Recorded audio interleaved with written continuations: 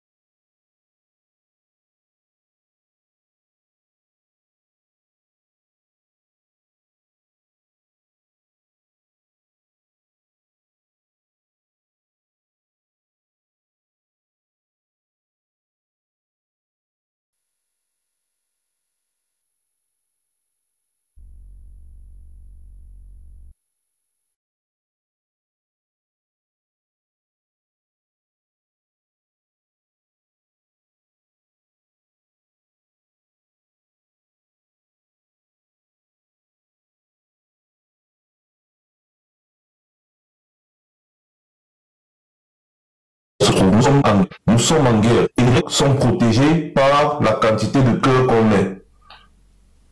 Nous sommes en guerre et ces gens ne veulent pas nous laisser nous exprimer. Regardez, à peine je lance un live qu'on veut déjà couper. Pourquoi? Parce que les premières personnes à se connecter dans mon live, même si je ne l'ai pas annoncé, ce sont ces sardinards. Ils se connectent juste pour signaler, pour que le live soit supprimé et nous décourager. Nous avons un réel problème du côté du combat, un vrai problème, nous l'avons. Je ne sais pas comment est-ce qu'on peut répéter la même chose chaque jour, ça devient fatigant. On n'est pas obligé de faire ce qu'on fait. On n'est pas du tout obligé. Je peux me tourner, passer à autre chose, c'est ce que les gens là veulent. Faire autre chose, c'est ce qu'ils veulent. Je suis aujourd'hui à une dizaine de profils. Que j'ai un numéro, que je crée une adresse email pour pouvoir créer un compte Facebook pour me permettre de gérer mes pages. Mes pages aussi qui sont attaquées tous les jours. Mes pages Facebook.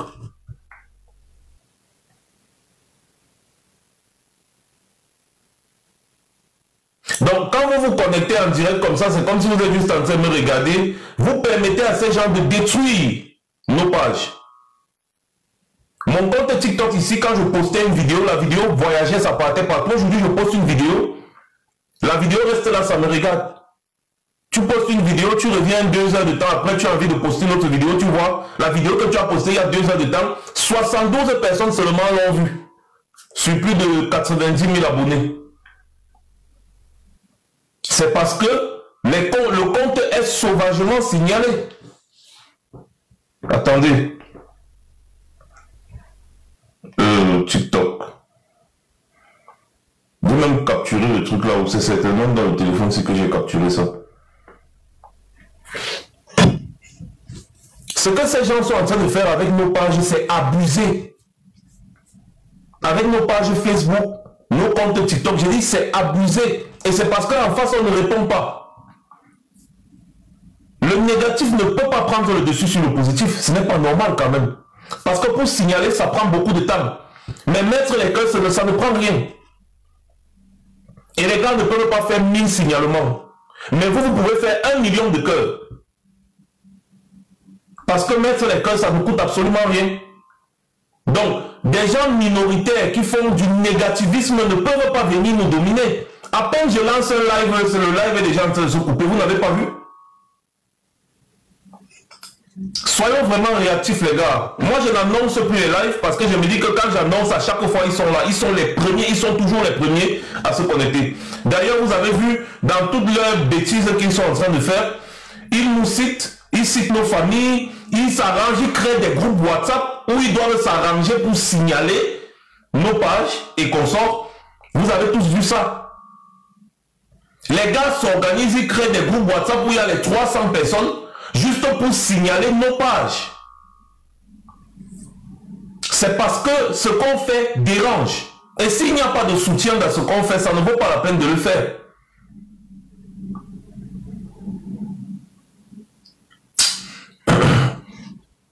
On dirait que quand je dis que mettez les cœurs, c'est comme si je demande de l'argent. Ça ne prend pas l'argent, les gars. Même partager la vidéo, ça ne prend pas l'argent. Mais vous avez un problème sur TikTok. Même partager, ça ne prend pas l'argent. C'est pour protéger et diffuser le message, les gars. Nous sommes dans une guerre. On veut le changement au Cameroun. Il faut passer le bon message. Même les débats, ce n'est pas le moment des débats. Je vous ai dit ça l'autre jour dans ma vidéo, mais comme les Camerounais sont tous des sabitous, chacun fait ce qu'il veut. Mais au moins, on vous a dit, ce n'est pas le moment des débats. Il faut passer un message. Il faut montrer aux Camerounais à qui nous nous adressons que nous sommes concentrés. Nous sommes concentrés. Parce que dans des moments comme ça, c'est la guerre de la communication. On vous avait dit ici que Vision 4 et tous ceux qui travaillent à Vision 4, c'est l'argent du contribuable que le pouvoir a mis en exergue pour faire la propagande du régime. C'est avec votre argent, les lignes 65, 94 et consorts. C'est ça qu'on a utilisé pour mettre ça Mougoubélinga devant, le faire créer une télévision et consorts, dans le but de nous contrer. Et aujourd'hui, les gars ne se cachent plus. Ils s'assument tous. Ils s'assument. Ne pensez pas qu'ils ont déjà eu un problème entre eux, non. Les Ernest Obama, les Bruno Bidjam, les Christophe Bia et consorts, tous ces petits feignants là, ils sont là pour un seul but. Et l'audience que vous voyez qu'ils ont, c'est l'argent du contribuable. Parce qu'avec le contribuable, les gars payent les informaticiens qui boostent leur page. C'est l'argent du contribuable. Parce que qu'est-ce que ces gars disent de bon pour avoir autant d'abonnés? Rien. C'est qu'on booste leur page régulièrement. Dans le but de nous contrer. Et ils font ça avec l'argent du contribuable. Je vous avais expliqué ça ici. Quand Bruno Bidjan avait été arrêté avec Mougoubélinga dans l'affaire Martinez-Zogo, je vous avais dit qu'ils veulent libérer Bruno Bidjan pour que Bruno Bidjan aille continuer le sale boulot. Bruno Bidjan a été libéré. Je vous ai dit quand il a été libéré que le deal de la libération de Bruno Bidjan, c'est qu'il doit se donner à 500% pour faire la propagande du régime et protéger l'intérêt du clan qui est au pouvoir. Et aujourd'hui, vous tous vous constatez, personne d'entre eux n'a de diplôme de journaliste. Ernest Obama, Christophe Bia, Bruno Bidjan, personne, ce sont des médiocres. Mais vous les voyez, patrons de télévision. Des journalistes qui ont mis dans la poubelle le code d'éthique et déontologie journalistique. Et les gars s'assument. Vous voyez le Conseil national de la communication, le CNC, qui ne dit rien dans leur dérive. Quand quelqu'un comme Bidjan s'assoit, il dit que Paul Biya, c'est leur patriarche, c'est leur chef, et ils vont le défendre jusqu'au bout. Ce n'est pas une affaire de la République ou de la nation camerounaise, c'est devenu une affaire de chef du village. Et ils vous disent qu'ils vont utiliser tous les moyens possibles pour défendre Paul Biya, parce que c'est leur patriarche, et d'ailleurs c'est le seul qui leur reste. Des gens font ce genre de communication, le Conseil national de la communication ne les sanctionne pas, ça ne vous dit rien. Les gars mettent l'argent du contribuable en jeu pour faire la propagande du régime. Nous sommes en guerre et chacun doit se mobiliser comme il faut.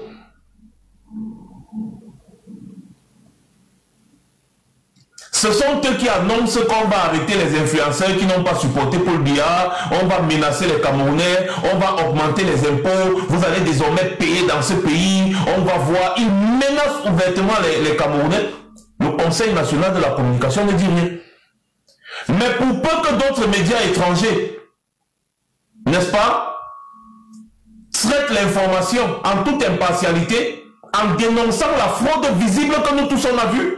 Vous avez des gens du RDPC qui ont avoué avoir falsifié 177 PV. Vous savez ce que 177 PV ça signifie? Imaginez que dans chaque bureau de vote, je vous prends la moitié de ce qui est normalement dans les bureaux de vote, 250 personnes. par bureau de vote. Faites ça fois 177. Et quand les gars falsifient les PV, ils mettent le maximum possible, c'est-à-dire que si un bureau de vote c'est 500 personnes, ils ont mis toutes les 500 personnes en faveur de Biya. Faites ça fois 177. Vous voulez qu'on calcule ensemble? Calculons ensemble, parce que vous croyez qu'on est en train de jouer, ces gens ne jouent pas. C'est un cartel. C'est un gang de malfrats qui a confisqué le pays. Donc, 500 fois 177. 88 500. Il a avoué avoir pris 30 millions.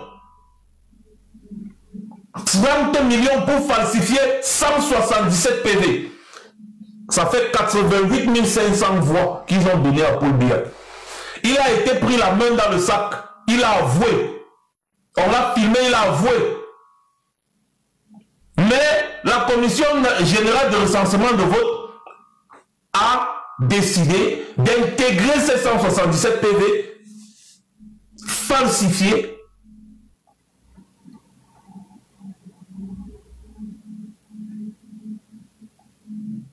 quand même. Là où vous voyez là, hein, c'est une guerre entre le peuple camerounais et ceux qui dirigent. Une guerre entre l'oligarchie et le prolétariat. Ce n'est pas une affaire d'ego. Ce n'est pas une affaire de personnes. C'est notre nation qui est prise en otage par des individus qui n'ont, c'est-à-dire qu'ils n'ont aucun sentiment vis-à-vis de la population camerounaise. Aucun sentiment, ils n'ont. Je vais commencer, je vais aller pas à pas, parce que il faut vous expliquer qu'il ne s'agit pas ici de Issa Tiroma. Parce que dans leur infantilisation constante vis-à-vis du peuple camerounais, ils veulent en même temps vous démontrer que quand vous vous battez, c'est pour un individu, ce n'est pas pour vous. C'est un narratif qu'on trouve très bien dans tous les bouquins de manipulation qui expliquent comment manipuler un peuple. Quand vous entendez, vous dites à chaque fois, vous envoyez les enfants des gens dans les rues. Une manière d'infantiliser le peuple camerounais en disant que le peuple camerounais n'est pas assez mature pour prendre ses décisions. Et donc il faut des gens qui vont les tromper en les envoyant dans les rues. Comme si vous voyez les papas, tous ces jeunes-là, ces gars, tous les gars qui ont décidé de sortir manifester là, ils ont besoin qu'on les envoie. C'est-à-dire ce sont des enfants, ils n'ont pas de cerveau, ils ne réfléchissent pas, ils ne peuvent pas se mettre là et dire que bon, mes conditions de vie ne changent pas depuis 43 ans, il faut que je fasse quelque chose. Non. Comme le régime Biya a toujours l'habitude de considérer les Camerounais comme les moins que rien, ils vont toujours utiliser ce narratif.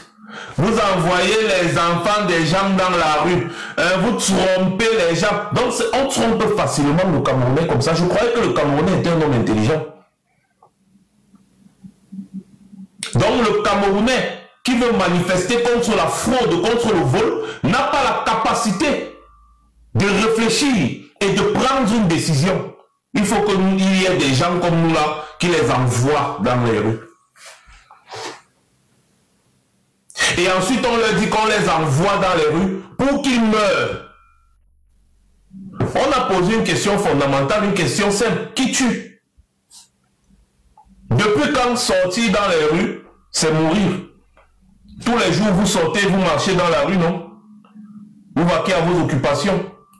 Tous les jours. Depuis quand c'est devenu un crime de sortir dans les rues? Depuis quand? En même pas 2 jours de manifestation, en même pas 2 jours de manifestation, je dis bien même pas 2 jours, ils ont déployé l'armée. Ils ont déployé l'armée pour mater les populations. Alors qu'on dépense des milliards pour acheter du matériel anti-émeute, pour équiper la police. Parce que c'est la police qui fait le maintien de l'ordre.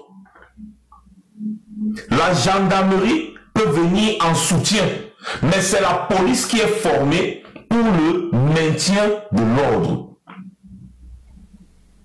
Les policiers sont considérés un peu comme des fonctionnaires. Ça n'a strictement rien à voir parce que les gendarmes, ce sont des militaires. Ce sont des militaires, les gendarmes. Les militaires, vous connaissez déjà, ce sont des militaires. On ne peut pas déployer toutes les forces d'élite jusqu'à déployer, parce que je vous entends souvent parler du BIR comme étant la force d'élite au Cameroun. Je vous dis, vous le dites peut-être de bonne foi, mais vous vous trompez. Parce que l'ultime force d'élite au Cameroun, c'est le BETAP, le bataillon des troupes aéroportées. Les militaires qui portent le béret rouge, les parachutistes. C'est le BETAP, c'est-à-dire on les envoie en zone très chaude et ils n'arrivent pas à les airs. Ce sont même eux qui forment même le BIR. C'est l'unité d'élite absolue au Cameroun, le BETAP. En même pas 2 jours de manifestation, on déploie le BETAP sur le terrain. Même pas 2 jours de manifestation. Vous comprenez à quel point ces gars sont cruels. Et que pour eux, le peuple camerounais est leur ennemi. Ils vous parlent de paix, qui vous impose la tranquillité par la force. Si on veut se mettre à décortiquer cette histoire, qui menace la paix sociale au Cameroun? Qui menace la paix au Cameroun? Je vais vous prendre un exemple, parce que je sais que vous connaissez un peu le jeu de cartes. Vous allez jouer à un jeu de cartes où le Katika qui organise le jeu est complice avec votre adversaire.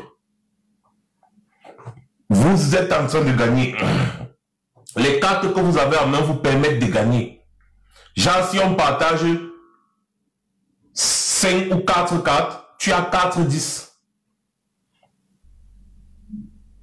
Normalement, tu as gagné. C'est un exemple que je prends. Sauf que ton adversaire se retrouve avec une carte qui se limite normalement à 4, mais il a 5. C'est-à-dire qu'il a un 10 en plus dans ses cartes. Par tricherie, on lui a donné un 10 pour contrer ton dernier 10.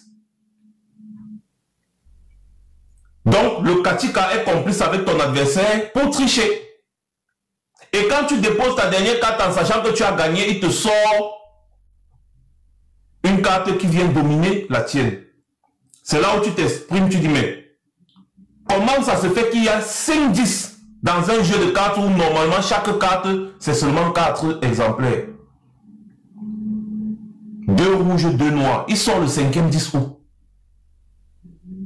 Et à ce moment-là, quand tu veux revendiquer, le Katika et tous les complices avec l'adversaire te disent, gars, laisse, la paix est bien.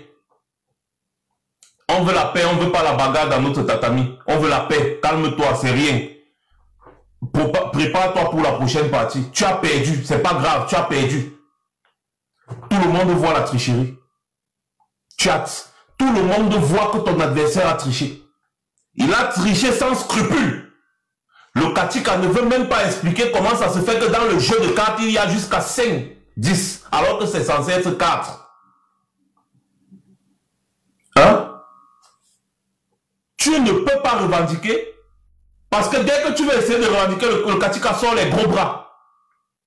Il sort les gros bras pour te menacer, pour t'intimider en disant que non, fais la paix, on veut la paix, on veut la paix, calme-toi, pars, ou bien regarde comment les autres jouent, ou bien fais tout mais calme-toi, on veut la paix. C'est ça là, en réalité, une figure qui explique terre à terre la situation du Cameroun aujourd'hui. On va à une élection. Il y a plusieurs témoignages de personnes qui sont des acteurs dans cette élection, qui ont vécu des situations dans les bureaux de vote où la zone qu'ils contrôlaient a donné plus de 80 à 90% à un candidat, et au moment du recensement général des votes, il constate qu'on a inversé les chiffres et on a plutôt donné les 80 à 90% là à un autre candidat. Quand il veut s'exprimer, on l'arrête, on le garde. Et ce n'est pas une fois, ce n'est pas deux fois. L'affaire du nord-ouest, du sud-ouest, où on dit que le RDPC a gagné avec 80%, 86% là, c'est la plus grosse insulte monumentale qu'on ait jamais vue dans l'histoire du Cameroun. Même les Français qui ont maté les Camerounais, maté les Ounobé, n'ont pas autant insulté les Camerounais. Ce que Paul Biya et son clan ont fait au nord-ouest et au sud-ouest pendant cette élection présidentielle, ça veut dire que c'est une insulte, un crachat sur le visage de tous ces morts, de toutes ces populations. Et à cause de cette histoire, de cette attitude, il risque bien évidemment de transformer le Cameroun en une zone de guérilla. Je vous explique. Paul Biya que vous voyez là, c'est l'homme le plus détesté par les anglophones. Je vous dis, à part les jouisseurs, je dis les jouisseurs qui sont au sommet là, qu'il a pris là, mis à côté de lui, qui mangent là, dans la population au nord-ouest et au sud-ouest, les anglophones détestent Biya à un niveau, en fait c'est devenu une affaire personnelle. Ils détestent cet homme parce que cet homme est celui qui a encadré le processus d'assimilation des anglophones de bout en bout depuis 1962 qu'il est arrivé dans le gouvernement d'Ahidjo. Les anglophones détestent cet homme avec passion. Depuis 2016, c'est devenu une passion de détester Biya. Depuis 2016 que la guerre a commencé. C'est devenu pour eux une passion. Du genre, les Ambazoniens disent, celui qui essaye, le RDPC qui essaye de vouloir faire quoi ici là, on va seulement le rôle et on va le killer. Ça dit que celui qui supporte Biya ici là et qui veut se montrer là, qui sache qu'il ne va pas dormir. C'est ça le mot d'ordre là-bas, de ce côté-là. Au nord-ouest et au sud-ouest, il n'y a personne, aucune ville qui peut donner les voix à Biya. En 2018, les gars ont fait la même chose. Sauf qu'en 2025, ils ont exagéré. Parce que le nord-ouest où les gars donnent 80 poussières de pourcent au RDPC, le nord-ouest c'est le cœur de la contestation anglophone.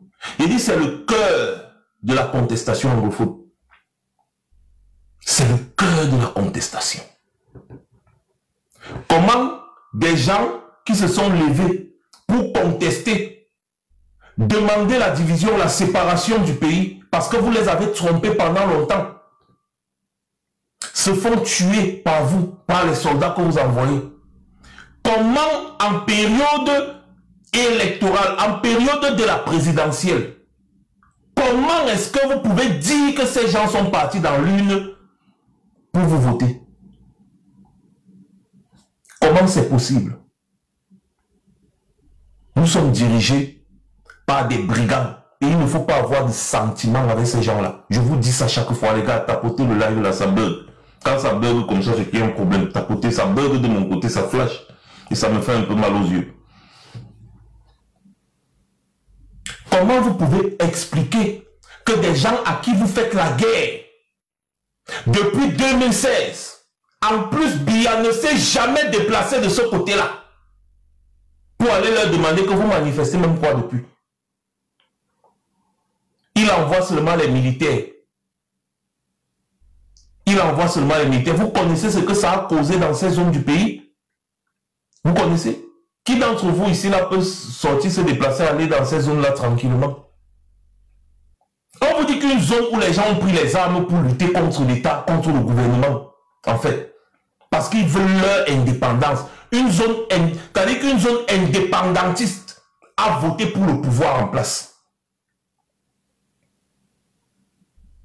Chaque Camerounais qui entend ça, normalement, ça doit bouillir dans sa tête.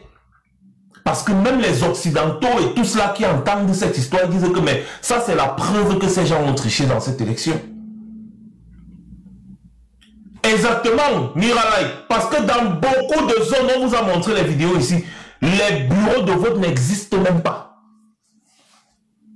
Les bureaux de vote ont été tous brûlés et détruits. Dans ces zones-là, ça n'existe pas, les bureaux de vote là-bas. On vous a montré des bâtiments qui sont censés être les bâtiments de l'ECAM, qui sont vides, détruits depuis. Mais quand vous regardez sur le papier de l'ECAM, on vous dit que c'est un bureau de vote. Et quand vous regardez les résultats qui ont été publiés, on vous dit que dans ce bureau de vote qui n'existe pas, Paul Biya a gagné à 80%, 90%, 80%, 90%. Il y a dit des bureaux de vote qui n'existent pas au nord-ouest et au sud-est. Mon frère, s'ils avaient fait ça même à l'extrême nord, ou bien ils avaient fait ça même peut-être même à l'ouest, ou bien j'allais quand même dire que bon. Mais c'est une insulte monumentale. Que vous faites la guerre aux gens et vous dites que ces gens vous ont voté pour que vous continuez de leur faire la guerre. Parce que le problème ici, c'est quoi? Quand Issa Tiroma est parti de ce côté du pays, qu'est-ce qu'il a fait? Il a promis le fédéralisme. C'est un processus, hein. Ça dit qu'il faut être honnête intellectuellement pour comprendre certaines situations. Les gens sont en train de se battre depuis que indépendance totale ne veut plus faire partie du Cameroun. Les plus modérés parlent du fédéralisme. Paul Biya lui dit que vous allez seulement rester là au Cameroun, on va seulement vous assimiler. Un candidat à l'élection présidentielle s'en va là-bas, il leur dit que si vous votez pour moi, je vous donne le fédéralisme. Logiquement, ils vont choisir quoi? Paul Biya qui les tue et qui leur impose de rester dans le Cameroun alors qu'ils n'ont aucune place qui est donnée par Paul Biya et qui continue de leur faire la guerre, qui envoie les militaires à la moindre contestation. Il y a des tueries, il y a plus d'1 million de déplacés, des réfugiés partout, au Nigeria, partout. Mais ces gens ont quand même voté pour Biya. Si on vous dit qu'au nord-ouest, au sud-ouest, les gens ont voté pour Biya, vous allez accepter? Alors que Biya promet de continuer la guerre là-bas, pendant que Tiroma lui promet de stopper la guerre, il promet le fédéralisme qu'ils ont tant cherché depuis. Les gens là prônent le fédéralisme depuis 1972, si vous ne le savez pas. Depuis 1972 que Ahidjo a fait l'unité. Les gars ne sont pas d'accord, mais ils sont quand même restés dans l'unité. Les gars n'ont jamais été d'accord avec l'unité nationale. Parce que le contrat qui les liait avec la partie francophone du Cameroun, c'était un contrat fédéraliste. Et ça devait rester comme ça, c'est la Constitution qui le disait. Qu'on ne devait jamais toucher ce point de la Constitution.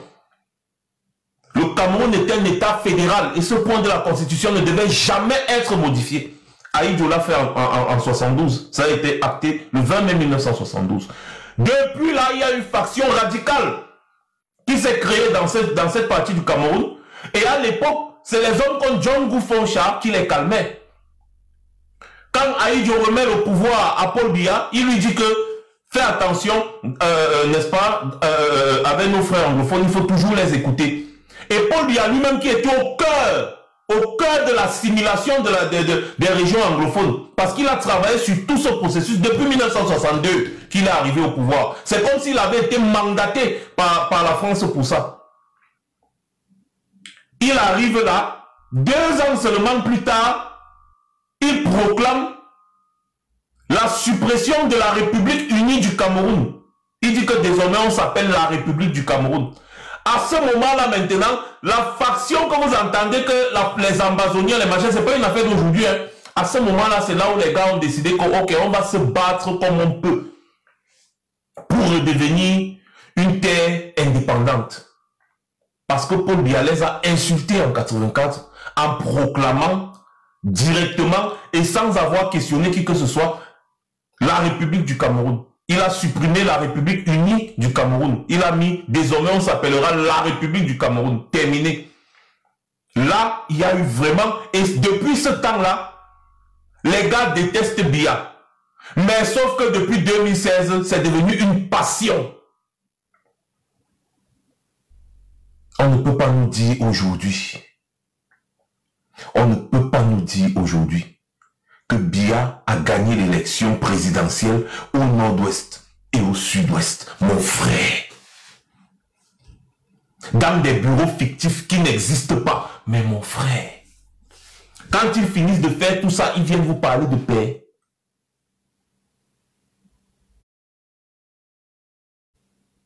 Ils viennent vous parler de paix. Ce n'est pas différent de quelqu'un qui vient arracher tous tes biens. Ça veut dire que tu as acheté un terrain, tu as construit une maison, tu as construit un business, tu as tout fait dans ta vie. Ils viennent, ils arrachent tout ça. Et quand tu veux revendiquer, il te dit qu'il faut, non, la paix est bien. Donc, ils viennent arracher toute une construction de toute une vie. Ils l'arrachent. Quand tu veux revendiquer, on te dit non, la paix est bien. Il ne faut pas faire des problèmes. Ce n'est pas bien. C'est pas grave. Garde ton calme. Tu as travaillé avec tes mains, non? Tu peux encore retravailler.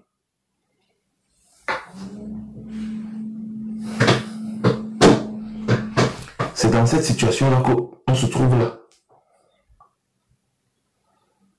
Par quelle magie, par quelle alchimie, les anglophones peuvent voter pour Paul Biya, qui leur promet la guerre, au détriment de Issa Tiroma, qui leur promet exactement ce qu'ils veulent, c'est-à-dire le fédéralisme. Et on a vu les scènes de liesse. Issa Tiroma, tout le monde était derrière lui quand il parlait. Il a demandé pardon, il a fait. Montrez-moi une scène de Paul Biya en train de battre campagne. Là-bas. Montrez-moi une seule. Non. Paul Biya est caché à Etoudi. Il envoie les militaires tuer les gens. Tuer les enfants des gens. Et vous me dites que les anglophones ont voté pour Paul Biya. Parce que tout cela, ce sont des frères et des sœurs, hein? Les familles, les frères et les sœurs. Donc quand tu tues un enfant quelque part, tu as touché au moins 100 personnes. Chaque famille là-bas compte au moins 100, 200 personnes. Donc quand tu tues quelqu'un là-bas, tu as tué le membre de famille de quelqu'un. Donc les survivants, après avoir killé tous leurs membres de famille, les survivants ont voté pour le tueur. Mais, vous avez vu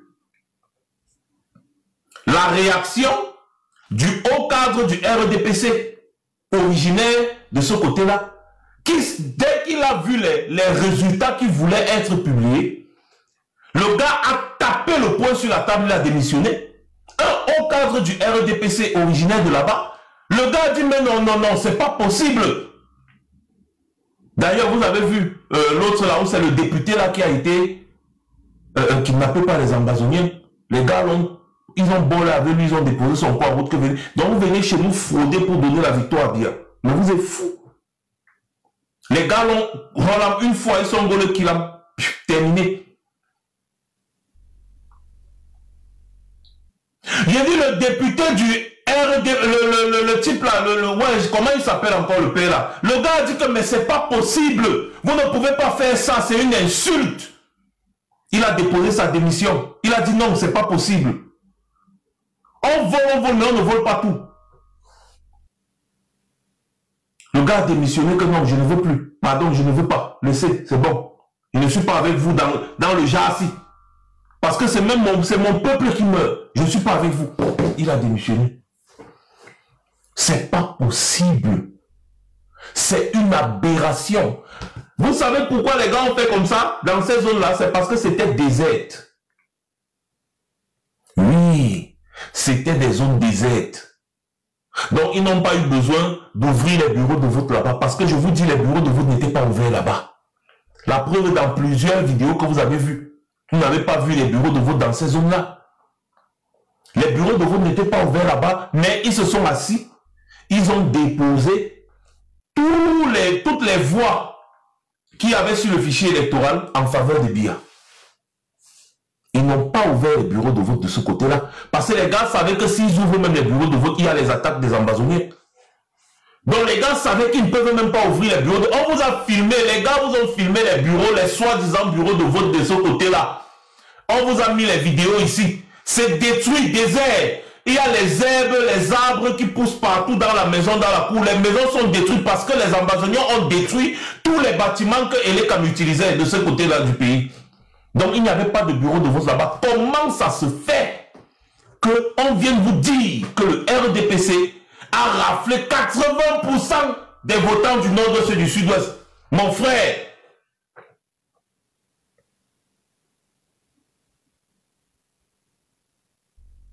qu'est-ce que Paul Biya propose à nos frères du Nozo pour que ces gars se lèvent et partent voter pour lui?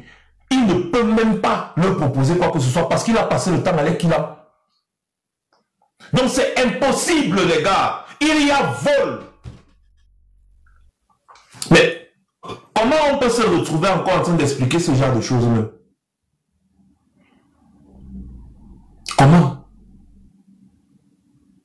Et donc, ce qui se passe actuellement dans ce pays-là, c'est que c'est le peuple camerounais soucieux du changement contre une bande de brigands. Dans cette bande de brigands, il y a des généraux d'armée, il y a des colonels, il y a des commandants, il y a tout genre parce que c'est un clan. On finit de te voler. On te vole ta chose et on te demande de te calmer. On te dit que la paix est bien. On te brandit que la paix est bien. On te demande non, calme-toi, la paix est bien. Ne revendique pas. Revendiquer, c'est pas bon. La paix est bien. Ouvre ta boutique, vends. Parce que c'est ta vie comme ça. Vendre dans la boutique. Fais le pouce-pouce. Vendre dans la rue, à même le sol. Dans la boue. Ouvrez les boutiques, ouvrez les bars. Faut boire. Faut laisser les histoires là. C'est passé. L'élection est derrière nous. Vous avez des hommes haut gradés. Je vois des capitaines, des commandants, des colonels, des généraux qui viennent s'asseoir, qui viennent, ils disent aux populations, non, laissez vaquer à vos occupations. Vraiment, laissez-les, ils ont volé, c'est pas grave. On veut la paix. On veut la paix. Mais qui menace la paix, mon général? Le rôle d'un militaire, c'est de protéger les frontières. À quel moment le militaire vient faire face, même s'il y a des bandits? À quel moment le militaire qui est formé pour protéger les frontières, pour empêcher que le pays ne soit envahi par les autres? C'est ça la base, le militaire. À quel moment vous, les militaires, vous abandonnez nos frontières et consorts pour venir face aux civils non armés, les intimider parce que ce sont des paroles d'intimidation? Tu viens là avec toutes tes étoiles de général, il y aura bien de colonel ou quoi, non, on est avec vous, hein? Non, écoutez, il faut vous calmer, d'accord? Les gens qui veulent marcher là, c'est des bandits. C'est des bandits. Regardez comment ils cassent vos boutiques. Vous avez souffert pour avoir ces boutiques. Vous avez des machins, vous avez des crédits, vous avez des ceci. Ouvrez, vendez. Laissez l'histoire là, dis donc. Laissez l'histoire là. C'est ça le rôle d'un militaire. On parle d'honneur et fidélité. Aujourd'hui, on se rend compte que les militaires, ces militaires qui viennent parler aux Camerounais, non, calmez-vous, laissez ça. Vous venez avec les Kalachnikov face à des populations qui n'ont pas d'armes. Vous les intimidez. Vous dites non, tu arrêtes la Kalachnikov comme ça. Tu dis laissez. Donc vous êtes face aux ennemis. Vous êtes en zone de guerre. Vous êtes face à vos ennemis. Qu'est-ce que le militaire fait dans les problèmes des civils? En période électorale, tout est possible dans un pays et le militaire ne doit en aucun cas se mêler. Si ce n'est pour se ranger du côté du peuple, parce qu'en réalité, c'est le peuple qui est souverain, mon gars. Mais on ne peut pas vous dire que une bande de politiciens a volé notre élection et vous, les militaires, vous venez nous demander de rester calmes.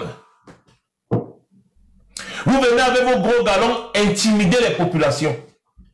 Que non, laissez, c'est rien, laissez, on vous a volé, c'est pas grave. Regardez les petits bandits qui disent qu'ils veulent marcher alors qu'ils viennent casser. Donc vous laissez les grands bandits là. Si vous aimez réellement le Cameroun, tous les jours on vous démontre qu'il y a les détournements de fonds ici. Des milliards Vous ne partez pas arrêter ces bandits-là.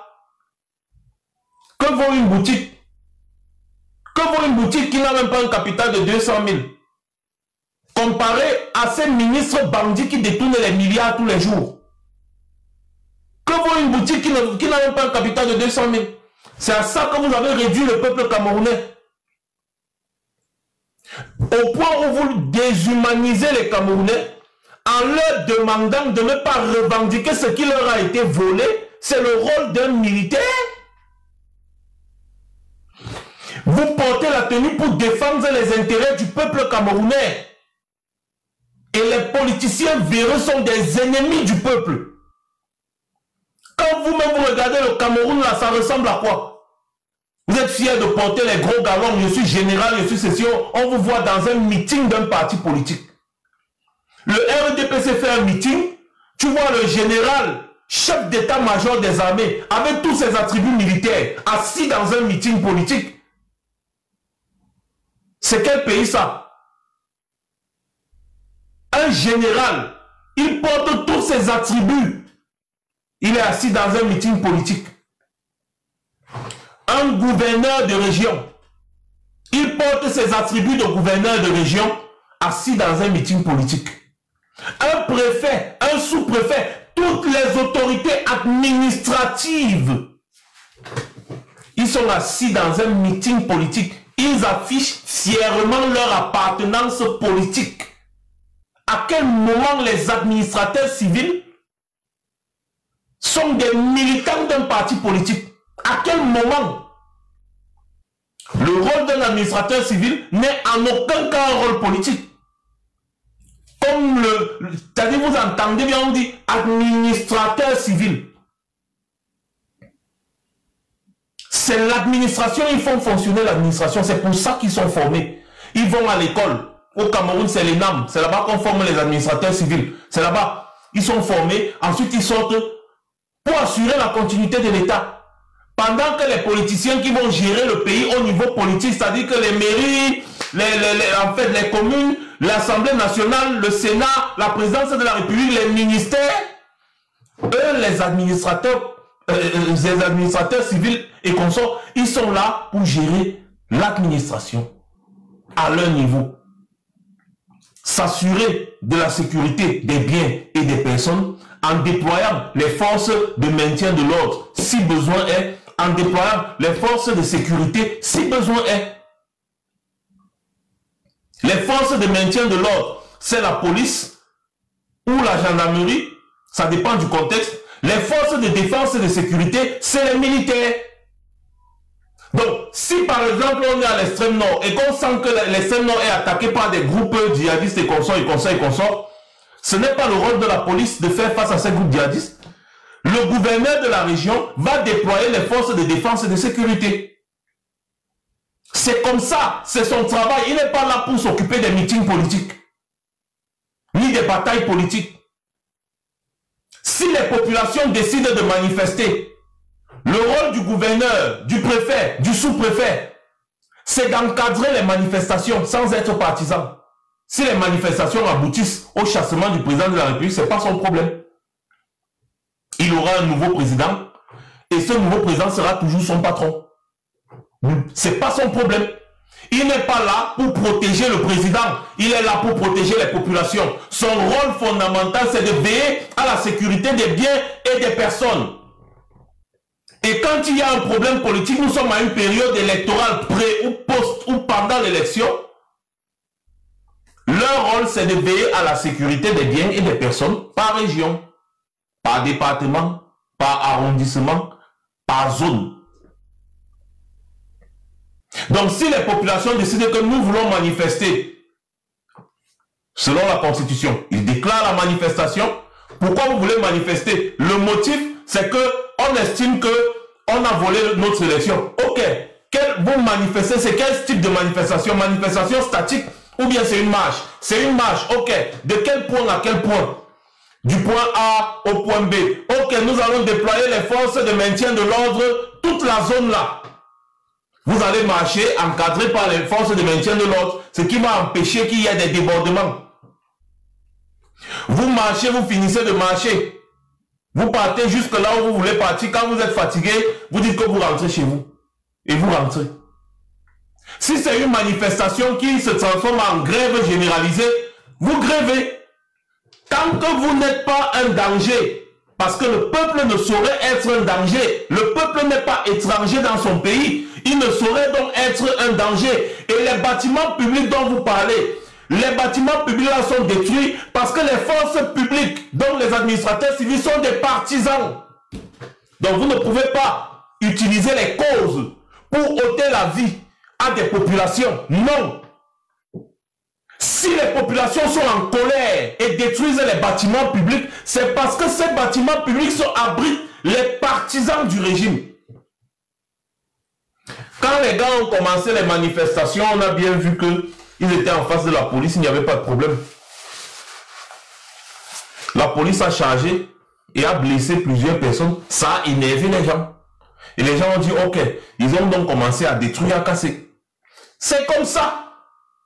Maintenant, normalement, pour éviter, empêcher que ce genre de choses n'arrivent, chaque administrateur civil doit faire son travail. Ça veut dire quoi? Je vous explique. Le rapport. Les sous-préfets, les préfets, les gouverneurs, ils coordonnent normalement la sécurité des élections dans leur zone de commandement. Le gouverneur, c'est la région. Les préfets, les sous-préfets, vous connaissez, n'est-ce pas? Donc, au niveau départemental, communal et consort, il y a les préfets et les sous-préfets. Ils sont là. Ils coordonnent la sécurité. Ils assurent la sécurité pendant le déroulement de l'élection. Et ils sont les premiers. Ils sont les, je répète, ils sont les premiers au courant des résultats. Et ils notent les résultats dans chaque bureau de vote, dans chaque zone. Ils sont les premiers au courant. Oui, ils ont des services de renseignement aussi et ils déploient les agents de l'État. Ils sont les premiers au courant parce que normalement, c'est comme ça que ça se passe. Et ils doivent toujours être du côté de la vérité. Donc, ils vont entasser leurs propres résultats qu'ils ont vus eux-mêmes. Hein. C'est-à-dire leurs propres résultats qu'ils ont vus. Parce que c'est comme ça qu'on travaille pour empêcher qu'il y ait le désordre. Leurs propres résultats qu'ils ont, y compris les gardes. Si Elekam veut produire d'autres résultats, ça veut dire que Elekam est un danger pour la cohésion sociale. L'administrateur civil est censé agir. Il va dire non, monsieur, vous ne pouvez pas. Parce qu'il y a toujours un représentant de l'État hein, dans la commission générale de recensement de vote. Le représentant de l'État va dire non, vous ne pouvez pas dire que dans telle zone, il y a eu tel nombre de voix en faveur de telle personne. Non, mes rapports me disent que. Ça veut dire que vous avez fraudé. Vous entrez, vous tombez déjà sous le coup de la justice.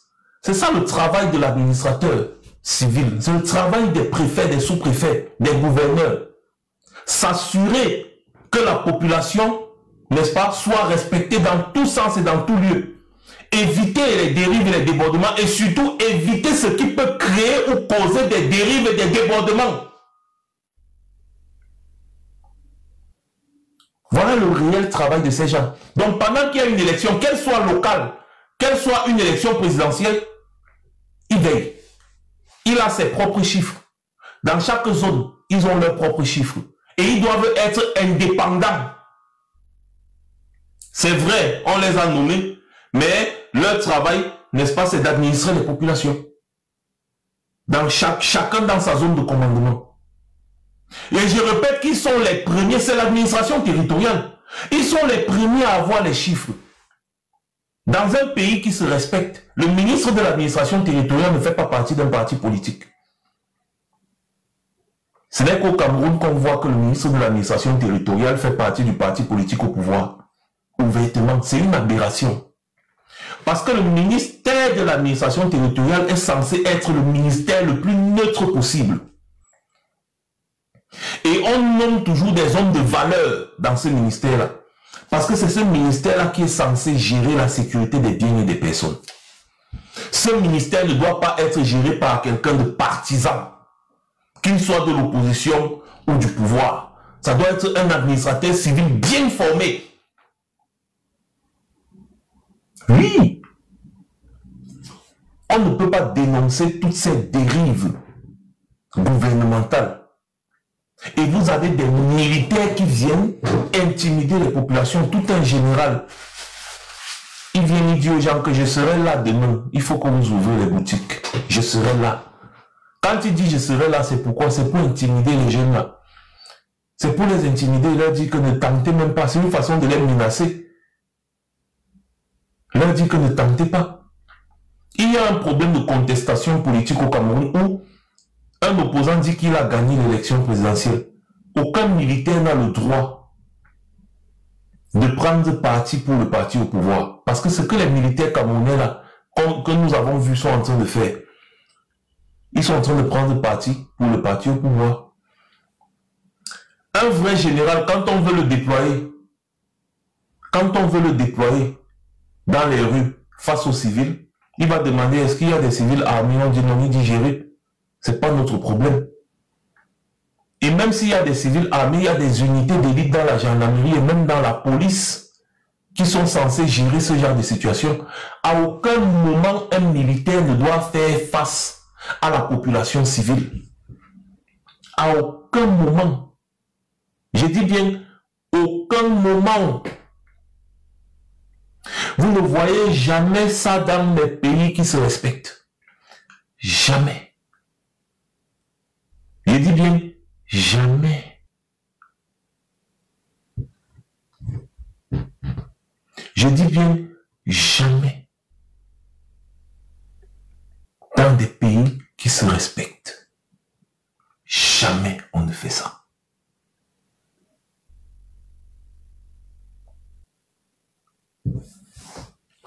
Voilà Phoenix le GOAT qui dit que la garde nationale a été déployée aux États-Unis. C'est pour ça que je dis souvent que, je ne sais pas, vous avez un problème. Vous avez un réel problème. Vous savez pourquoi la garde nationale existe aux États-Unis? C'est une mesure d'exception. Et une mesure d'exception aussi, pourquoi? Parce qu'aux États-Unis, il y a le droit du port d'armes. Donc à tout moment, une situation peut, quand ça arrive à un certain niveau chaotique, ça peut dégénérer.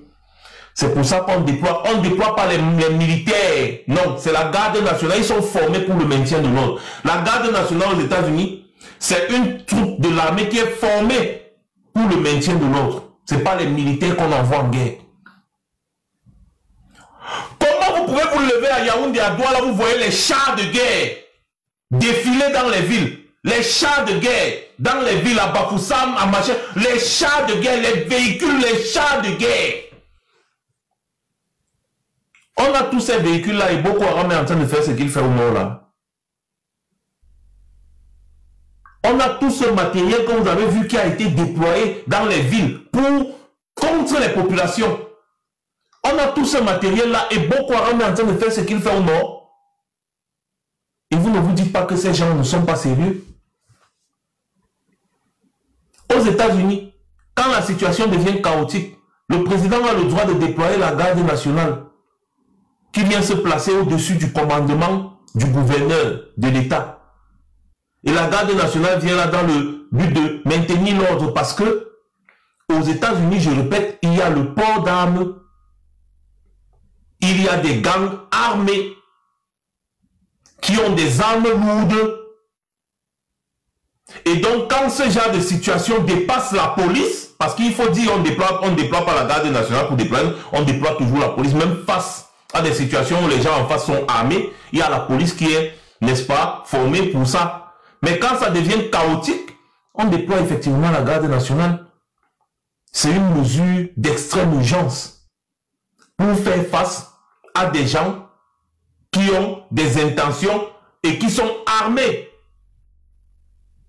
Si les gars qui manifestaient là étaient armés de Kalachnikov et qu'on déploie les militaires, là tout le monde comprend que oui, bon voilà, on a déployé les militaires parce qu'en face, il y a les gars armés, les gars sont en train de tirer partout sur les populations, ils font ceci, ils font cela.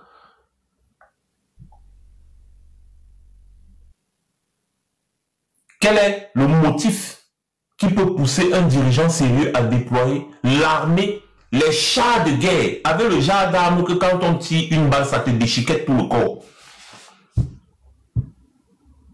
contre des manifestants qui, soi-disant, ont brûlé la préfecture, ils ont brûlé ceci, ils ont pillé un magasin, ils ont fait ceci. À Ebolova, à Samélima, quand les gars ont détruit les boutiques des autres Camerounais, tabasser les autres Camerounais avec des armes blanches, des machettes, des goudins, les consoles, piller toutes les boutiques des autres Camerounais et chasser des Camerounais de cette zone du pays. On a déployé les militaires. Puisqu'ils disent que c'est pour protéger vos biens, vos boutiques et consorts. À Ebolova, à Samélima, ça s'est passé au moins 5 fois. Hein, au moins 5 fois.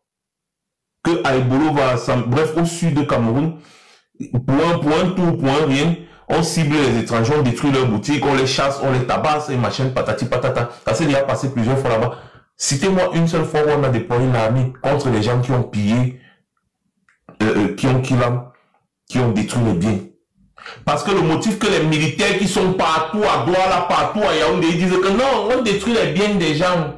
Non, on détruit les biens des gens, donc nous sommes là pour assurer votre sécurité. Vous êtes tous là, avec tout le matériel qu'on voit. Vous avez les nerfs que vous avez là. Et Boko Haram est toujours là-bas en train de perdurer, en train de nous déranger les populations. Donc vous voulez nous dire que on prend l'argent du contribuable camerounais pour acheter du matériel militaire afin de retourner ce matériel militaire contre le peuple camerounais si jamais il n'est pas d'accord avec ce que le président et son clan sont en train de faire. C'est ce que vous êtes en train de nous expliquer. Que Paul Biya prend notre argent pour acheter les armes, les chars de guerre, équiper des militaires afin de nous combattre, nous le peuple camerounais. C'est ça. C'est ça. Aucune armée au monde ne peut faire face à un peuple en colère. Aucune armée. Portez vos galons de généraux ou de machins, de patati patata. Dans beaucoup de pays, ils ont fait pire que ça et puis ils se sont retrouvés en train de fuir. Au Soudan, ce que vous là, les militaires qu'on a déployés là, la façon dont vous maltraitez les Camerounais comme si ce sont vos ennemis là, parce qu'ils revendiquent quelque chose qu'on a volé. Donc les gars sont en train de revendiquer quelque chose qu'on leur a volé. Vous venez les tabasser, vous les traînez au sol, vous tirez sur eux avec des armes lourdes. Dans beaucoup de pays, comme j'étais de 10 ans, des gens étaient plus sauvages que vous. Au Soudan, Omar El-Béchir, il avait une armée sauvagement sauvage. Ça n'a pas empêché quand le peuple s'est soulevé farouchement là, il a fui. Il a été arrêté, même c'est même pas qu'il a fui, je crois qu'Omar El-Béchir a été arrêté. Les militaires de Omar El-Béchir, tous ces militaires loyalistes là ont été tous arrêtés. Tous les militaires de Omar El-Béchir qui se comportaient exactement comme vous les militaires qui vous comportez actuellement face au peuple camerounais. Tous là, ils ont été déchus. Tous, ils font face aujourd'hui à la justice. Vous pensez que vous allez rester là éternellement? Non. Non, ce n'est pas comme ça. Et moi, je vous dis toujours, chacun va répondre devant l'histoire. Je parle ça au général là qui est parti intimider les populations. Il dit, ouvrez demain. De quoi tu te mêles? On est dans une lutte politique. Toi, un général d'armée, tu te mêles de quoi? De quoi tu te mêles?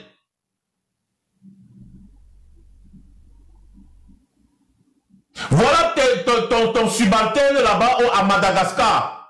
Quand le président malgache a commencé une répression violente contre le peuple, à 1 semaine, 2 semaines de manifestation, ton subalterne, un colonel, il a dit que non, arrêtez de maltraiter le peuple. Il a appelé la police malgache à ne plus maltraiter le peuple, sinon il va réagir. Et quand la police a insisté, il a réagi avec ses troupes. Et le président malgache a fui. Mais toi, un général, tu descends là, les gars, attendez, le puzzle, le live ici, c'est la dimension de l'attaque, mon frère. Attendez, faites d'abord le puzzle ici. Le live ici, c'est la dimension des signalements, mon frère. C'est la dimension seulement, mais je vais seulement continuer. Voilà, tout le monde est aujourd'hui en train d'applaudir le capitaine Ibrahim Traoré. Tout le monde l'applaudit. Mais le gars s'est rangé du côté du peuple, non? Il s'est rangé du côté du peuple. En 2 jours d'exercice de pouvoir, Ibrahim Traoré est en train au moins de transformer le Burkina Faso. Tout le monde le voit. Tout le monde le voit. J'ai vu il a acheté des avions, les avions que KLM utilise ici, là. Il a acheté ça récemment. Des avions que KLM utilise pour les courtes distances, là, les embrayeurs, machin, là. Voilà qu'il a acheté des vrais avions. Pas les MA60 que Paul Biya est parti prendre en Suisse. Il a pris 2. L'avion coûte, ou c'est 5 ou c'est 20 milliards, il est parti acheter l'avion à 60 milliards. Il achète 2 et on lui donne 1. Et pas qu'il achète, il est parti prendre le crédit à une banque chinoise. La banque chinoise là, lui a imposé d'acheter ces avions-là en Chine. Il a pris les avions là au moins 4 fois ou 5 fois le prix normal. Et des avions qui sont interdits de vol. Voilà Ibrahim Traoré. En quelques temps, Ibrahim Traoré, les idiots viennent vous parler que Paul Biya est sorti des accords coloniaux. Voilà Ibrahim Traoré qui est venu là tout rompu comme accord avec la France, tout. Il a rompu la grande majorité et le voilà qui est en train de jouir de son indépendance. Il a compris que la compagnie aérienne est un atout pour un pays. Et le voilà en train de mettre à jour la compagnie aérienne burkinabé. Vous allez voir des petits totos ici là qui vont vous dire Paul Biya, les accords coloniaux, Paul Biya, le Congo ça du quartier.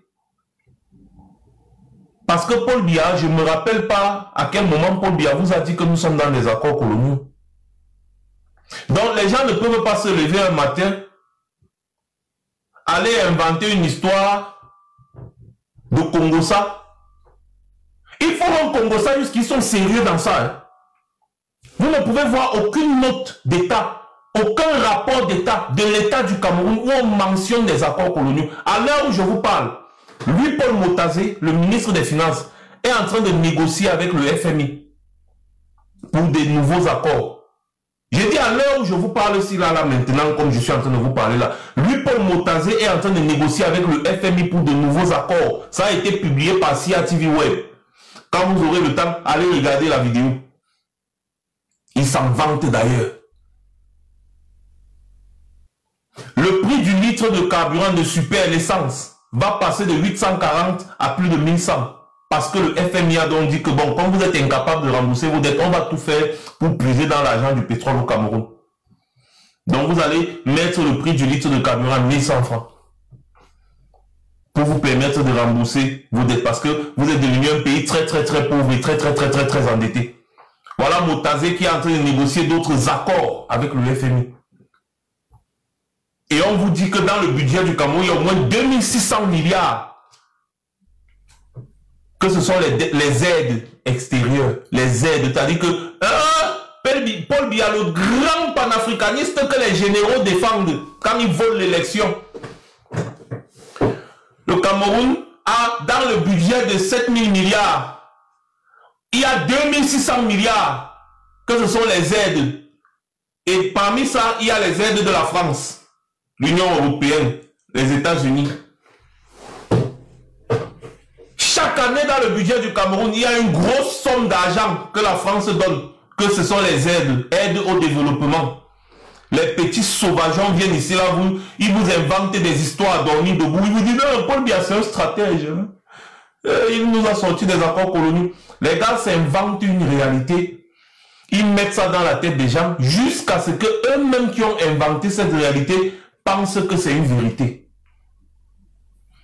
Ils se sont inventés un monde parallèle, là où Paul Biya est panafricaniste. Tellement ils ont répété ça, que eux-mêmes ils se disent déjà que c'est une vérité. Ils ont oublié que c'est eux qui ont inventé ça.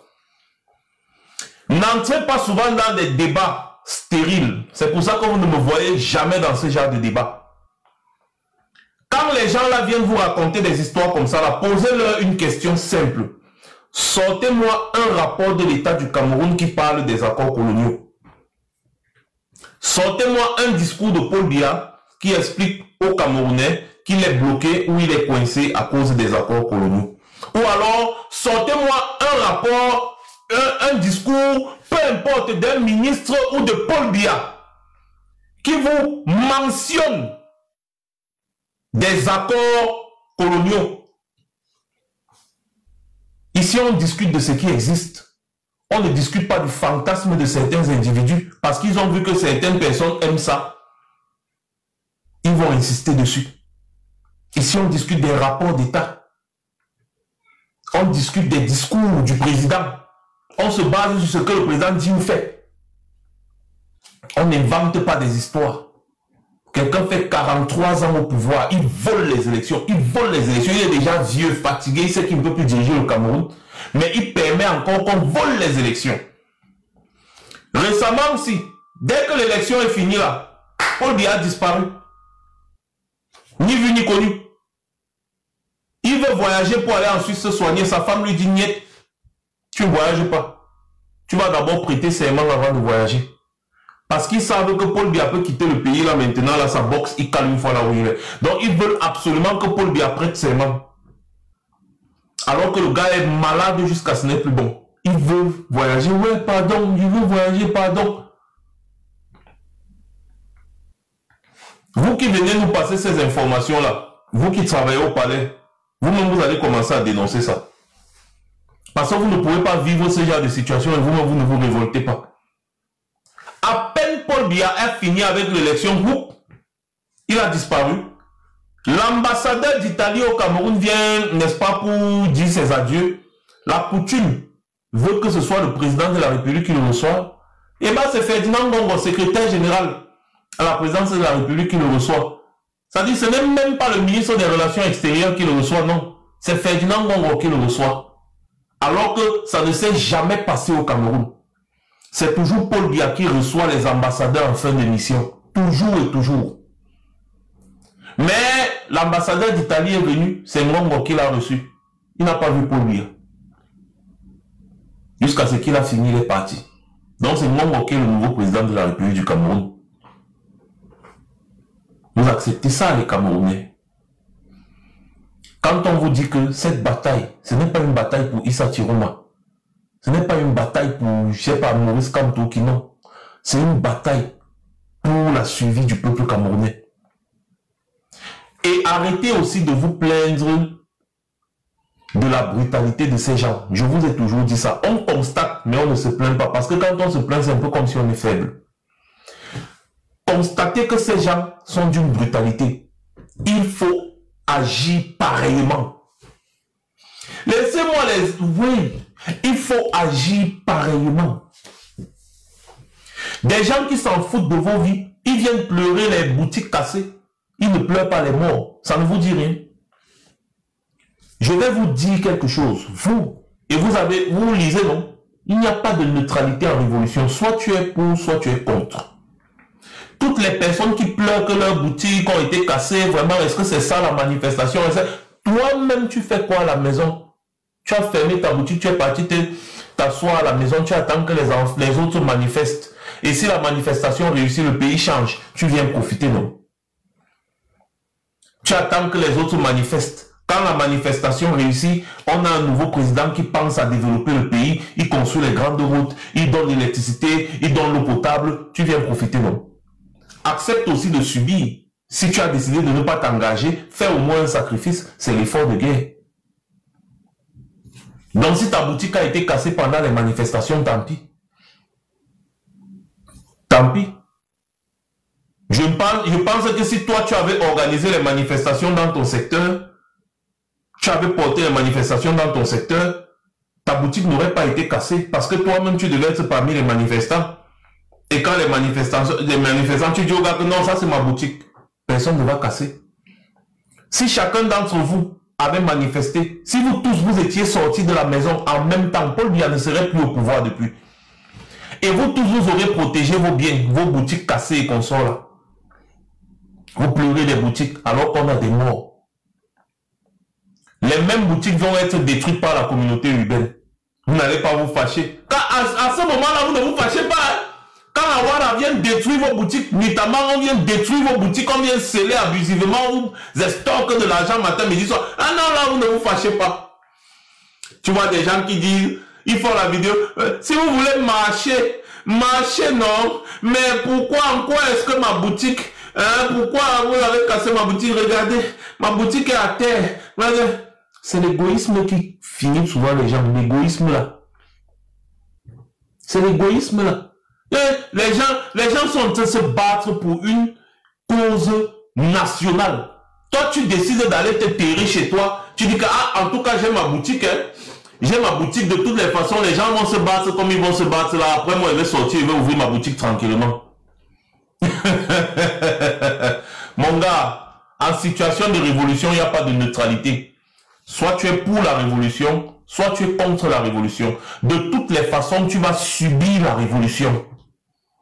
Donc, si tu penses que tu es neutre, tu manques parce que tu vas subir. Donc, c'est encore mieux pour toi de te préparer pour la révolution, d'être dans la révolution. À ce moment-là, au moins, tu seras un acteur de la révolution. Même si ça arrive que ta boutique soit cassée ou que ton taxi soit brûlé, tu seras au moins fier que non, de toutes les façons, j'ai participé. Parfois, pour renverser un président, non, les gars, c'est les missiles. Les missiles sol-air ou bien air-sol ou je ne sais pas quoi. Ça atterrit dans la ville, ça rase. Donc, boutique, maison, voiture, ça n'épargne personne. Après, quand on finit de chasser le président là, on reconstruit. Donc, vous êtes là, vous avez, le taxi est brûlé, ma moto est brûlée. Regardez ma boutique, une boutique qui n'a même pas un capital de 300 000. Tu pleures. Vraiment, non. Non. Les gars, je pense que tellement le Camerounais a été endormi qu'il vit une situation, il croit que c'est le jeu, il croit que c'est l'école maternelle, il croit que c'est la blague. Genre, on vote un candidat à l'élection présidentielle, le candidat est déterminé, vous savez que le candidat a gagné, mais vous décidez de ne pas participer. On annonce les manifestations, vous décidez de rester à la maison. Vous allumez TikTok ou vous allumez la télé pour regarder les autres manifester, alors que tous là font partie du peuple, comme vous. Ils se battent. Si le pays change, vous êtes conscient que le pays ne va pas bien. Si le pays change, vous tous, vous allez profiter. Au lieu d'assister, non. Oh, moi je ne participe pas. Je suis apolitique. Vous avez donc compris qu'il n'y a pas d'apolitique. Vous avez compris. Parce que vos boutiques vous ont rappelé qu'il n'y a pas d'apolitique. Vous savez, l'argument qu'on utilise en disant que c'est le pouvoir qui infiltre les manifestations pour casser, pour ensuite accuser les manifestants, nanani, nanana, ça se passe comme ça partout. On n'a pas besoin de parler de ça. Donc, quand vous engagez les manifestations, vous savez déjà que c'est ce qui va se passer. C'est pour ça que tout le monde doit casser. Parce que si vous ne cassez pas, ce sont les infiltrés là qui vont casser, on va vous accuser pour rien. C'est mieux qu'on vous accuse une fois. Et c'est quand vous montrez votre détermination à travers la destruction des biens qu'on vous prend au sérieux. C'est comme ça qu'un peuple qui n'a pas d'armes à feu s'exprime. Vous pensez qu'un peuple qui n'a pas d'armes à feu s'exprime comment? Vous êtes en bon voyage au Cameroun. Ah, on a cassé ma boutique. Ah, on a brûlé ma voiture. Vraiment, on m'empêche d'aller chercher l'argent pour nourrir mes enfants. Tu es un survivant dans ton propre pays et tu as accepté ton sort. On va te délivrer.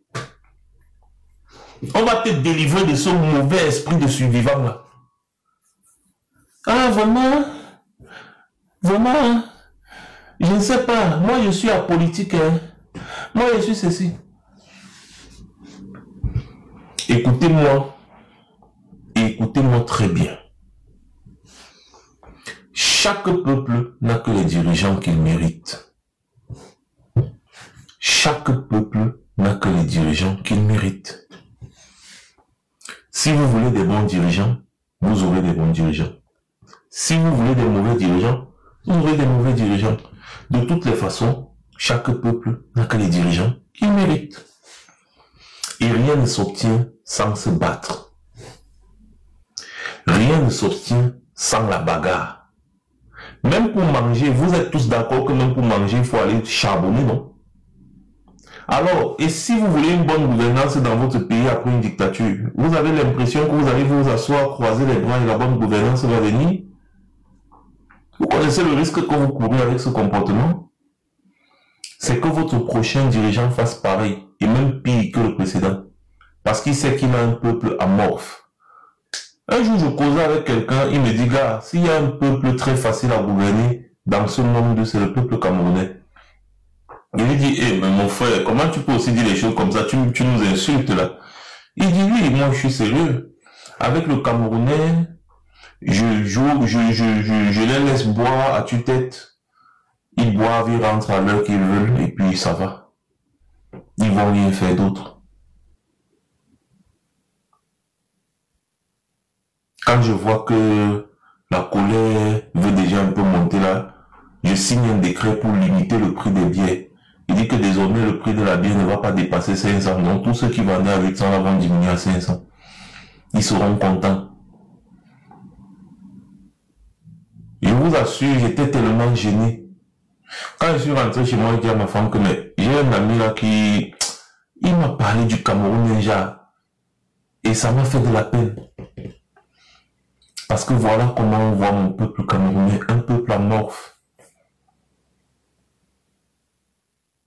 On n'a jamais vu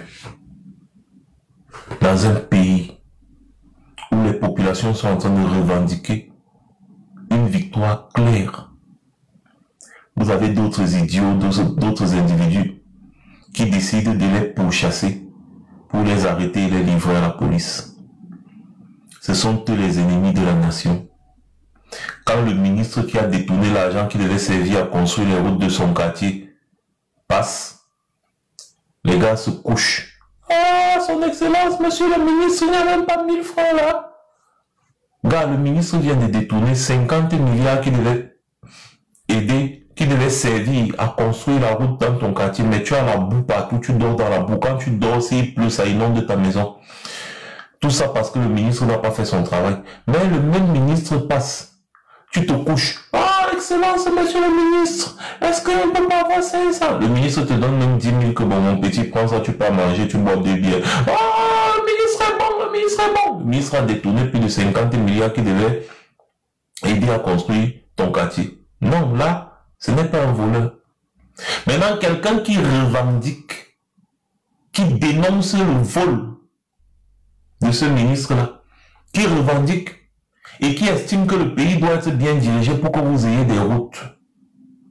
À ce moment-là, maintenant, tu dis à la personne que c'est un bandit, tu l'arrêtes pour le livrer au ministre-là. Tu dis que non, voici les gens qui dérangent, ils vont vous empêcher de voler. Pardon, monsieur le ministre, continue de voler là-bas. Comme ça, là, quand tu passes et que tu vois, tu me donnes même 10 000, je bois mes 2 bières et puis je ne peux pas dormir dans ma maison encore à bout plein de boue. Quand il pleut, l'inondation, mes enfants sont en danger. Mais c'est rien, j'ai suivi.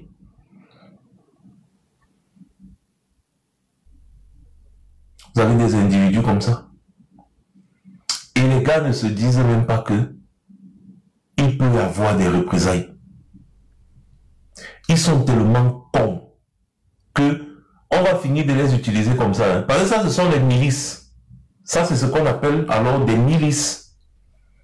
Des milices qui sont là, constituées pour faire un sale boulot à la place des barons.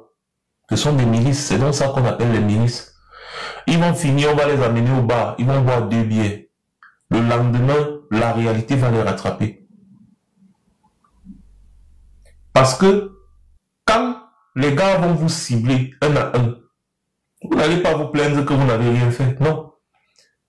Les gens qui manifestent pour une cause nationale sont des héros nationaux. Mais vous avez arrêté des héros nationaux pour les livrer à leur bourreau.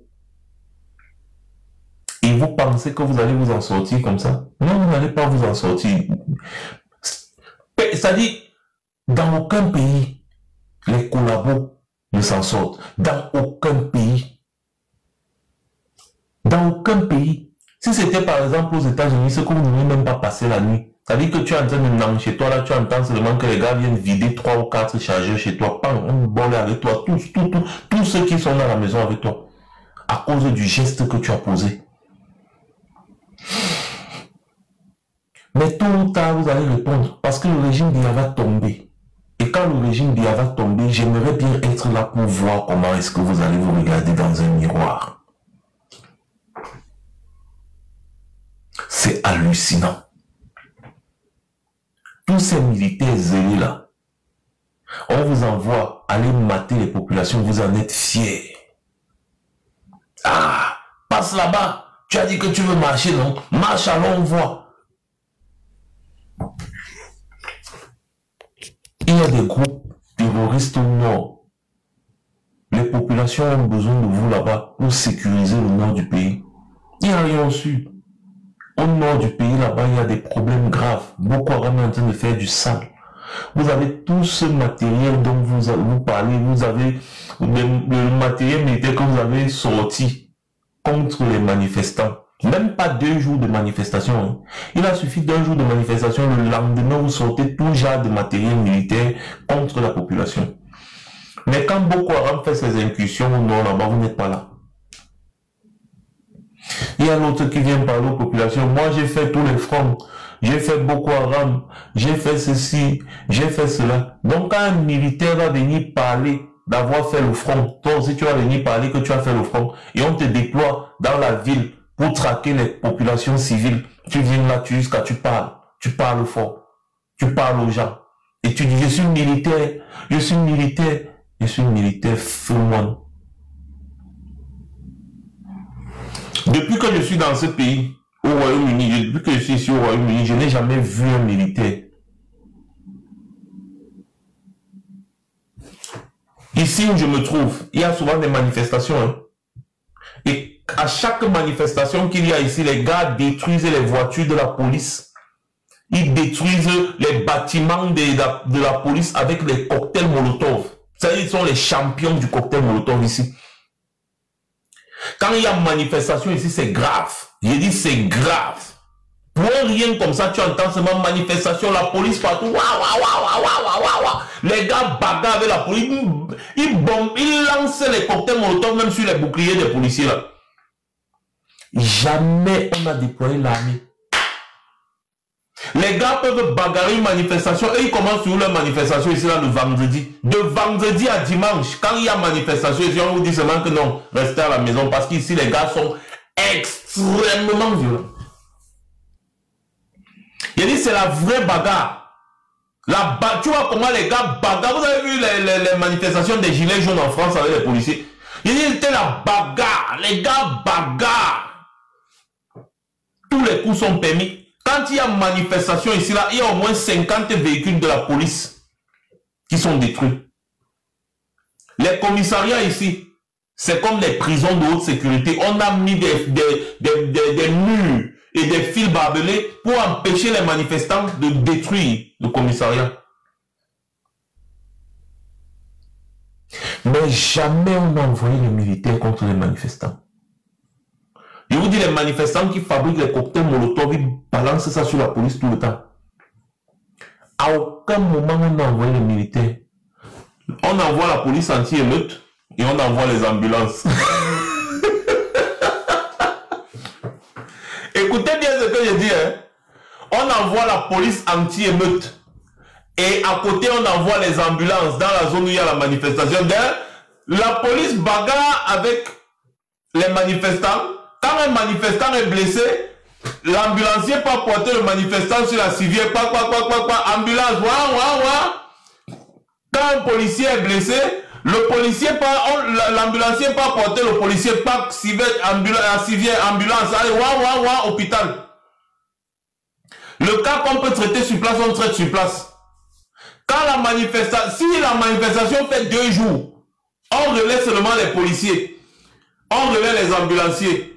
Et 2 jours là, ils vont manifester, casser la nuit, casser, brûler, casser. Mais la police les contient dans un endroit. Donc ils ne peuvent pas aller dans les quartiers, tout. Ils sont là-bas au centre-ville. La police les contient. Ils vont tout détruire. Et puis 2-3 jours, tout est reconstruit. Tu passes, on a refait le bâtiment, on a refait la peinture, on a refait ceci, tout est reconstruit. Les voitures de police brûlées, détruites, tout ça, on a dégagé, on a tout, on a remplacé. À aucun moment, tu ne vas voir un militaire dans la rue. À aucun moment, tu vas voir un militaire. En France, les gilets jaunes ont manifesté pendant combien de temps? Et j'ai vécu la manifestation des gilets jaunes à Paris. J'ai vécu, c'était de la magie. Je n'avais jamais vu ce genre de magie. Les manifestants étaient enragés. Ils étaient obligés de renforcer la police avec la gendarmerie anti-émeute. C'était grave. Quand ils ont fini de manifester, ils sont rentrés à la maison. Mais à aucun moment on a déployé les militaires. Aucun moment. À cause des menaces terreau. Là en France, là, quand tu passes dans les grandes gares, les aéroports, il y a des patrouilles militaires. Tu vois 2 ou 3 militaires armés qui patrouillent dans les grandes gares, dans les aéroports, parfois dans certaines stations de métro. Ils sont là, ils patrouillent. Surtout les grandes gares, les aéroports. Les militaires là, parce qu'il y a trop de menaces terreau. Ce n'est que dans ces endroits-là, si tu veux voir les militaires, que tu vas aller, tu vas regarder, peut-être tu vas attendre 2-3 minutes pour y passer, il continue. C'est tout. Il y a les manifestations, c'est pas leur problème. C'est pas leur problème. Ils sont là parce qu'il y a des menaces terreau. C'est tout. Ils ne se mêlent pas. Tu ne vas jamais voir un général d'armée en France prendre la parole pour parler parce qu'il y a des manifestations politiques. Jamais. Tu ne vas voir un militaire intervenir dans les endroits, dans les affaires politiques. Jamais, jamais, au grand jamais. Ils sont toujours là. Ils gèrent leur problème, c'est les forces de défense et de sécurité. Donc les gars gèrent la défense du territoire. Ils assurent la sécurité du territoire contre les dangers venus de l'extérieur. Parce que le citoyen ne saurait être un danger pour son pays.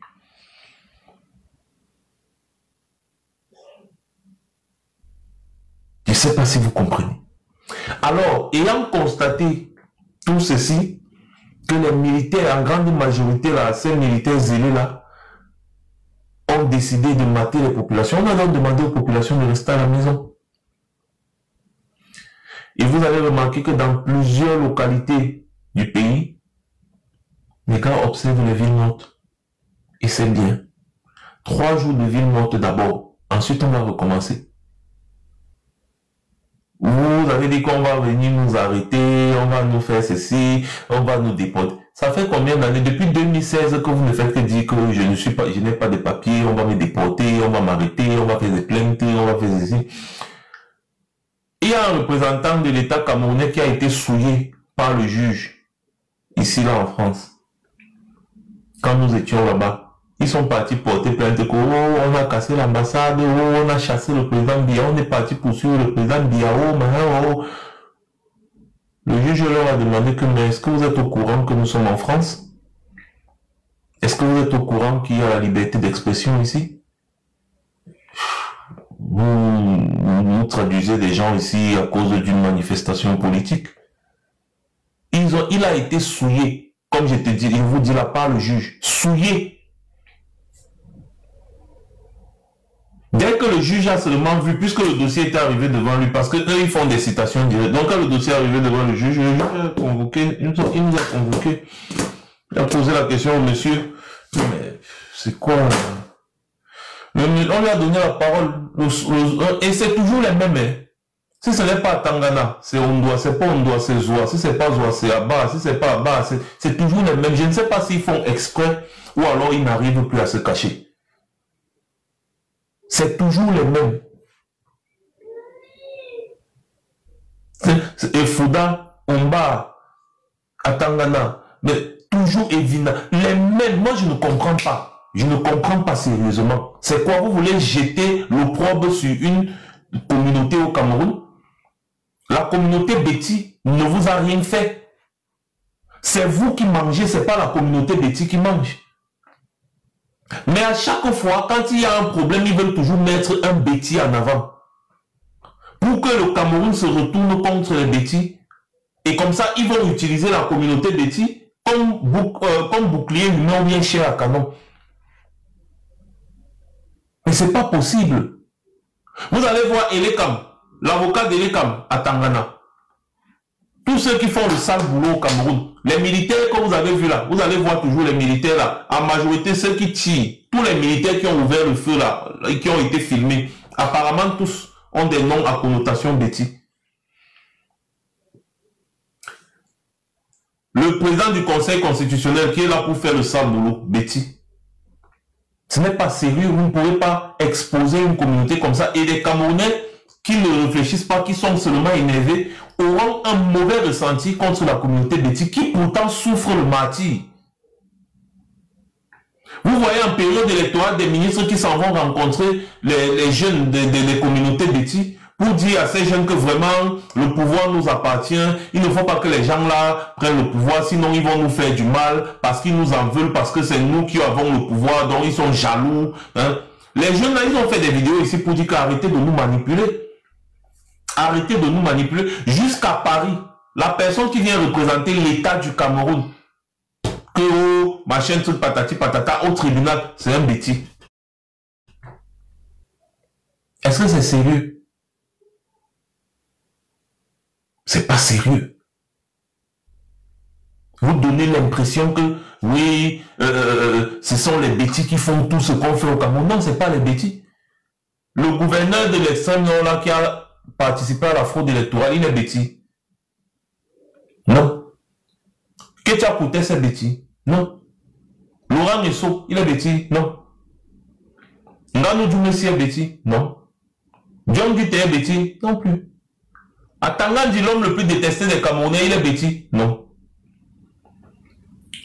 Ce n'est pas une affaire de communauté. Jean de Dieu Momo, voilà. Ce n'est pas une affaire de communauté. C'est un clan. C'est un clan. Et vous n'allez pas instrumentaliser les communautés. Quand il y a un petit truc où il faut faire le sale boulot, vous mettez un bêtis devant. C'est pourquoi? Pour que les gens commencent à dire les bêtis détruisent le Cameroun, les bêtis détruisent le Cameroun, et les Camerounais commencent à détester les bêtis pour rien. Quand vous regardez Yaoundé, vous regardez le centre, vous regardez le sud, les Camerounais ont voté pour Issa Tiroma au centre. Yaoundé représente au moins 70% de l'électorat du centre. Et les Camerounais ont voté en faveur de Issa Tiroma dans tout Yaoundé, juste de Yaoundé 1er à Yaoundé 6. Même à Itoudi, Paul Biya a perdu. Ils sont partis tripatouiller les chiffres. Saint-Éloi Bidon vous a dit qu'il a vécu l'élection dans les bureaux de vote de Yaoundé 6e. Il a vu que Issa Tiroma a battu Biya avec un score soviétique. Mais il est très surpris de voir que la Commission générale de recensement de vote donne Biya vainqueur à Yaoundé 6e. Il a dit ça sur un plateau télé, il a dit c'est faux, c'est pas ça, on peut pas, ce n'est pas normal qu'on falsifie à ce niveau. Mais vous allez voir les résultats de l'ECAM, lus par le Conseil constitutionnel. On vous dit que le centre et le sud ont voté largement en faveur de Paul Biya. C'est pour vous dire quoi, que le vote est tribal. Parce que les Bruno Bidjan ont commencé à vous expliquer qu'au centre, ce ne sont que les bêtis qui votent au centre. Alors que quand vous regardez bien Yaoundé qui constitue au moins 70% à 80% de l'électorat du centre, je répète encore, ce sont toutes les communautés camerounaises qui vivent là à Yaoundé, dans Yaoundé. Dans Yaoundé, c'est toutes les communautés camerounaises qui vivent. Et s'il y a beaucoup d'inscrits à Yaoundé, c'est bien parce que presque tout le Cameroun se retrouve à Yaoundé aujourd'hui. Donc, il n'y a pas que les bêtis à Yaoundé. On dit qu'au centre, il y a 1 300 000, 1 400 000 inscrits sur les listes électorales. Bruno Bidjan vient vous dire que vous voyez, nous avons décidé de soutenir notre patriarche. Donc, il n'y a que les bêtis au centre. Dans le centre, il n'y a que les bêtis. Vous voyez comment ces gens manipulent les communautés. Et à chaque fois, à chaque élection présidentielle, ils font tout pour donner la victoire à Paul Biya dans le centre et dans le sud. Selon leurs chiffres, depuis que Biya est au pouvoir, il n'a jamais perdu une élection au sud. Il n'a jamais perdu une élection au centre, selon leurs chiffres. Pourquoi toujours le centre, le sud et l'est? Ces trois régions-là. Vous allez toujours voir que non, centre, sud, est, non, Paul Biya a gagné. Centre, sud, est, non, Paul Biya a gagné. Ça n'attire pas l'attention des gens. C'est un jeu très dangereux auquel ils sont en train de jouer là. Et en fait, c'est toujours comme ça en Afrique. Hein. Les pouvoirs dictatoriaux qui se maintiennent au pouvoir utilisent toujours la fibre ethnique pour diviser les gens, diviser le peuple. Pendant que vous êtes en train de vous batailler, j'ai déjà fait tellement de vidéos sur ce sujet que je ne sais plus comment je vais parler. Diviser, diviser. Il fait croire à ces gens que non, écoutez, nous sommes frères, je suis votre père, je suis votre patriarche, je suis votre homme-loi, je suis votre chef, vous devez me défendre quoi qu'il arrive. Mais le quotidien de ces jeunes-là, ressemble à quoi? Le quotidien des gens du sud de Cameroun ressemble à quoi? Allez vous-même voir. Ibolova, Samelima, Djoum, Meyoume Sala, machin, Vomeka, même qui est son village, même Vomeka. Allez voir comment les gens vivent là-bas.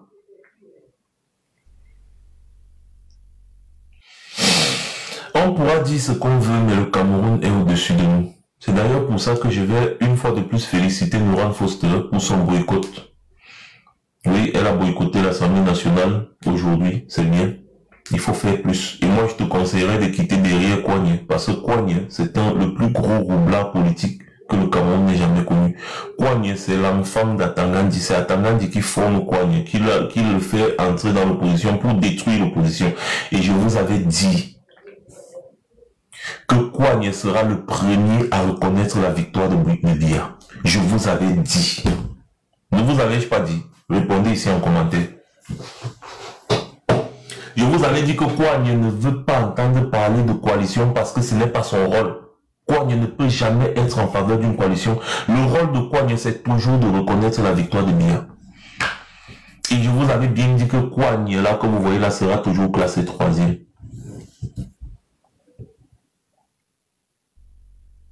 Dans un pays où les opposants disent qu'ils se battent pour le changement, à peine on publie les résultats qui sont mitigés et contestés. Quelqu'un qui vous dit qu'il était opposant est le premier à faire une lettre de félicitations, alors que lui-même il vous dit qu'il a plus de 20 000 PV. Il dit qu'il a plus de 20 000 PV, c'est 24 000 PV, un truc comme ça. Et donc il peut très bien publier les PV là pour dire si oui ou non il est capable de donner les bons chiffres. Comme en 2018, c'était exactement, c'est-à-dire c'est le même schéma, mais on ne peut pas faire la même chose chaque fois et dire que c'est le hasard.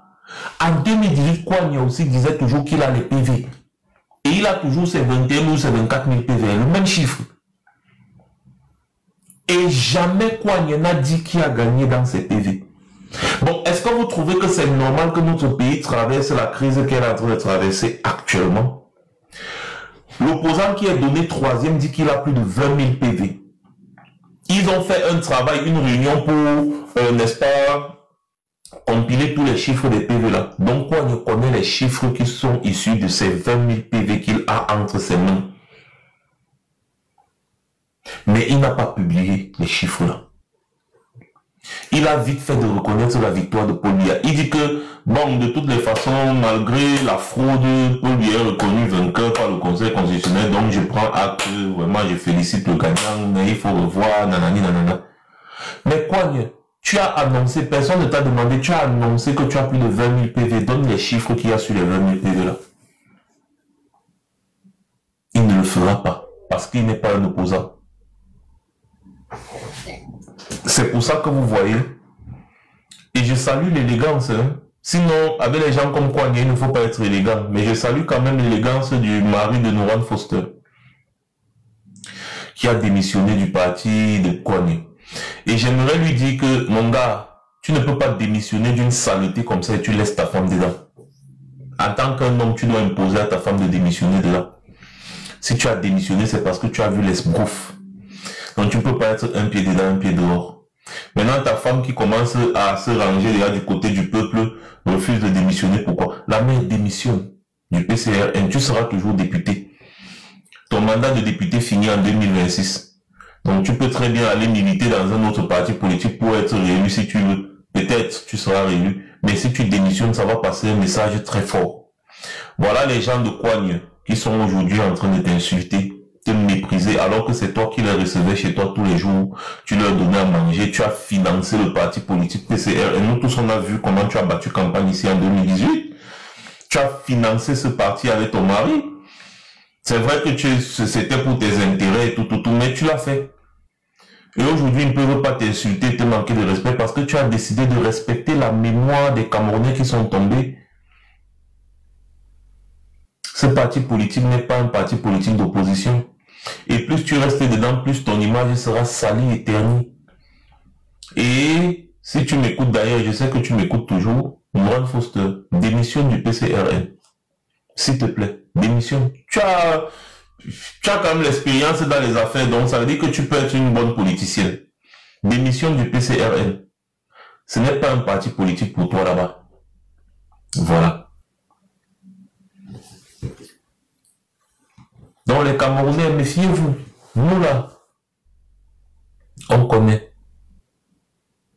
Nous, on connaît les politiciens au Cameroun. On connaît le contexte politique du Cameroun.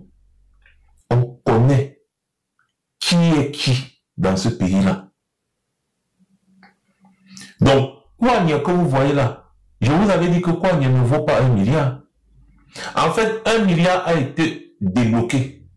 Ou alors ont été débloqués 1 milliard, c'est quand même beaucoup. 1 milliard ont été débloqués. Les 1 milliard qui ont été débloqués là, ont été divisés en deux par Ferdinand Mongo. Donc 500 millions sont sortis. 500 millions sont sortis, excusez-moi. Ensuite, c'est arrivé entre les mains d'Atangandi, là aussi divisé en deux. Pour donner maintenant une partie à Kouani. Et on a demandé à Kouani de signer qu'il a pris 1 milliard. Tout comme Joshua Oshi. Joshua Oshi aussi a été corrompu pour reconnaître la victoire de Paul Biya. C'est toujours les mêmes. Toujours les mêmes. Je conseillerais à Mourane Foster, comme elle aime parler de jeunesse, de rejoindre Hiram Iodi Samuel. Hiram Iodi Samuel, c'est quelqu'un qui a démontré qu'il voulait réellement faire quelque chose du Cameroun. Nous l'avons un peu taquiné ici au début. On savait tous qu'il n'allait pas faire un chiffre, on le savait. C'est pas se lever comme ça un matin, tout ça là. Même s'il a travaillé pendant combien de temps, ou il a travaillé à Maurice Kamto en 2018, non. Pour le moment, il ne pouvait pas. Il n'a pas l'expérience nécessaire. Même les Camerounais ne pouvaient pas voter pour lui. Nous sommes à un moment critique. Le Cameroun actuellement, c'est pas une affaire que démocratie, quoi. Non. On n'est pas dans un film. Donc on savait qu'il ne peut rien faire. Mais quand même, sa posture après l'élection est une posture louable. Et moi, je vous le dis, ce gars a de l'avenir. Si moi-même, je ne voulais pas être candidat, parce que je vous ai dit, à la prochaine élection présidentielle, je serai candidat. Donc ceux qui me disent viens au Cameroun, je serai au Cameroun, ne vous dérangez pas. J'ai déjà annoncé à 3 reprises. Et ceux qui me suivent ici depuis des années savent que je ne parle jamais pour rien. Et donc, je conseillerais à Mourane Foster de rejoindre Hiram Iodi. Je l'aurais conseillé de me rejoindre, sauf que mon équipe est complète. J'ai une équipe complète, solide, et des personnes fiables et louables, qui travaillent d'arrache-pied. Et quand je vais prendre maintenant la posture du candidat que je serai, vous allez voir un autre Max Senior. Ne vous dérangez pas, vous me connaissez, pour ceux qui me connaissent, vous savez très bien que je peux être très sérieux. Et au niveau de l'honnêteté, je suis un homme honnête et je m'en vante. Parce qu'il faut de l'honnêteté politique dans notre pays. Et donc, je conseillerais vivement à Mourane Foster, je le répète encore, je sais que tu vas m'écouter, je sais que tu me suis, donc tu vas m'écouter. Rejoins Hiram Iodi Samuel. Créez un parti politique. Faites votre petit bout de chemin. Ça va quand même donner un peu d'ambiance dans le champ politique camerounais, parce que nous allons chasser Paul Biya. Et on va assainir le champ politique camerounais. Et on va veiller à ce que les partis politiques camerounais soient vraiment limités au Cameroun. On aura au trop 5 ou 6 partis politiques, pas plus. Au trop 5 ou 6 partis politiques. On ne veut pas plus. On va travailler, on va tout faire, proposer ça au nouveau chef de l'État. Il faut que cette loi soit adoptée parce que 300 partis politiques, 400 partis politiques dans un pays, c'est quoi? C'est le commerce. Donc il faudra au moins 7 ou 5 partis politiques. Chiffre impair, c'est très important. Et comme ça, la bataille politique sera réellement une bataille politique. Et non une bataille de positionnement ou des gens comme les Célestins, Jamien et consorts. L'avenir du Cameroun sera radieuse. Hein. Il faut juste un petit effort encore du peuple camerounais. Et c'est pour ça que je veux passer ce dernier message avant de couper le live. Ne baissez pas les bras. Nous ne baisserons pas les bras, nous, de notre côté. Ne baissez pas les bras là-bas au pays. Ne baissez pas les bras.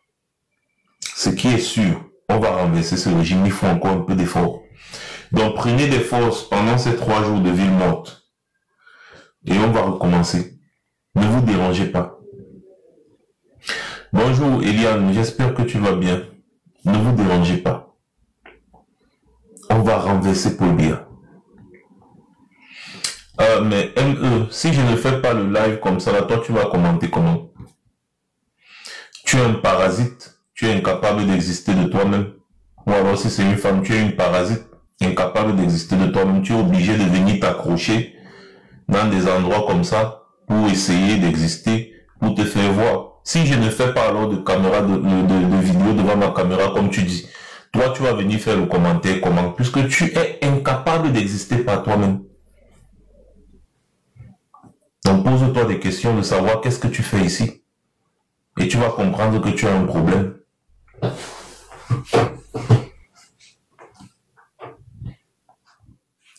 Nadine, toute chose sur cette planète a toujours commencé par un rêve.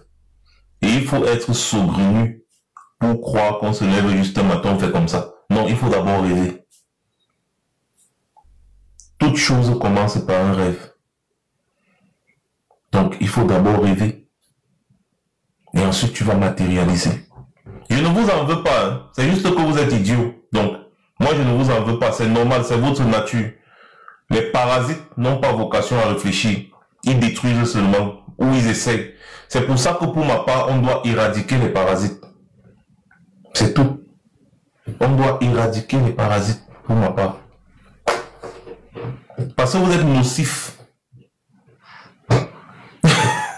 Donc personne ne vous en veut. Déjà, vous n'existez pas parce que vous ne vous assumez pas. Même les profils, vous ne vous assumez pas. Vous-même, vous ne vous assumez pas.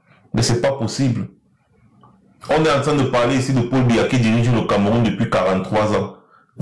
Vous allez voir des écervelés qui fabriquent des faux profils sur Internet venir insulter. En quoi est-ce que ça vous concerne ce qu'on dit ici? Ça concerne les êtres humains, ça ne concerne pas les parasites. Je vous le répète ici chaque fois. Il faut avoir un cerveau normalement constitué pour me suivre. Sinon, tout ce que je vais dire ici, ce sera le charabia pour vous si vous n'avez pas de cerveau. Merci beaucoup, Flocam. Nettoie ma mère. Nettoie seulement. Je vois depuis là que tu fais un très bon travail.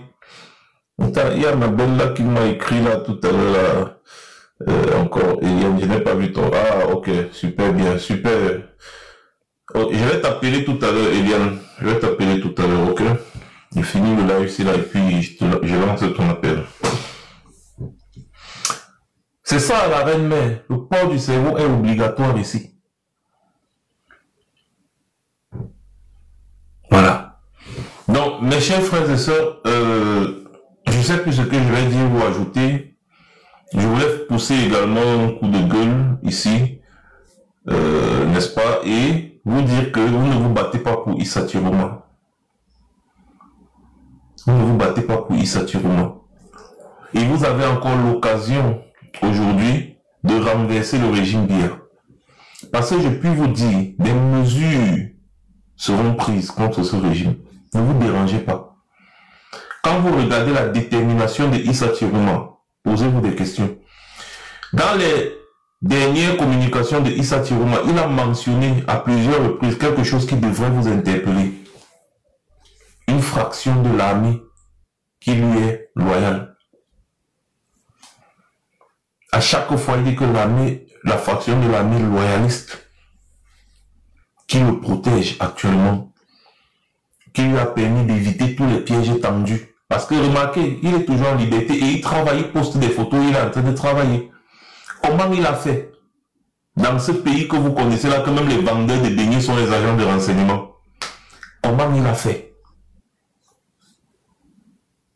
Quand vous voyez la détermination aussi des jeunes qui ont encerclé le quartier.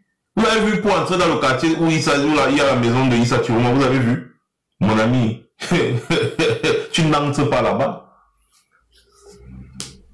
Donc, il a déjoué tous les plans de ces gens. Et le régime de Yaoundé aujourd'hui a compris qu'il y a un malaise. Ils ont fait une réunion de sécurité récemment chez le Premier ministre pour voir machin, truc, patati patata. C'est chaud. Thierry Mabou ne fait que vous parler petit là. Et il a dit aux gens là que je vous connais. Mais vous ne me connaissez pas. Je sais que vous ne connaissez pas ce qu'est un Tiroma. Si vous voulez connaître ce qu'est un Tiroma, venez. Allez l'arrêter.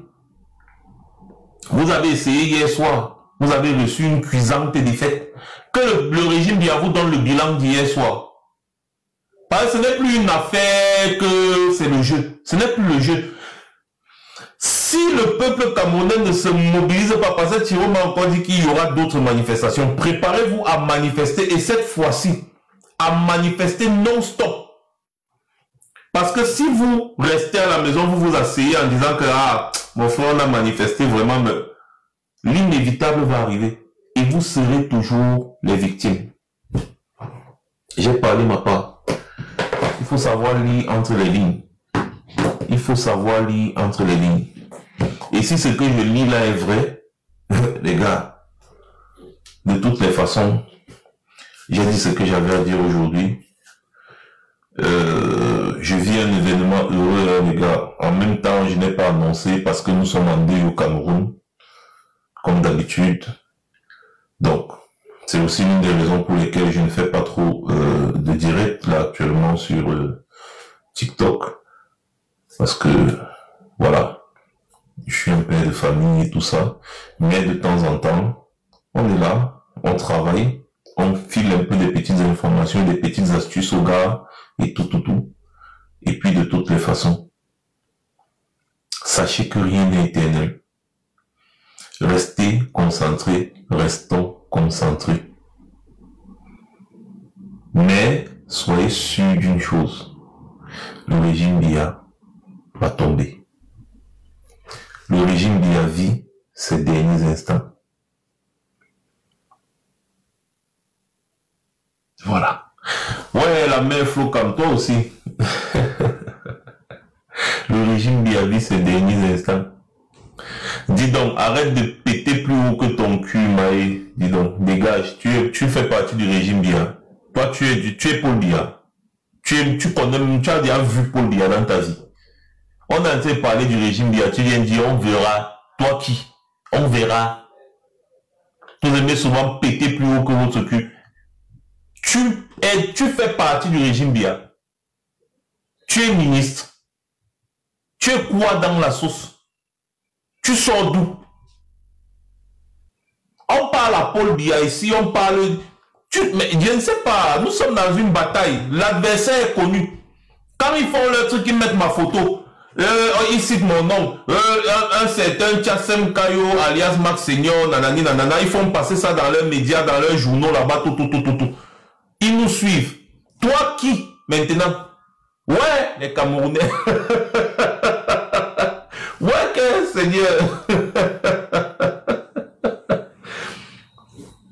Je m'adresse à Biya et à sa clique.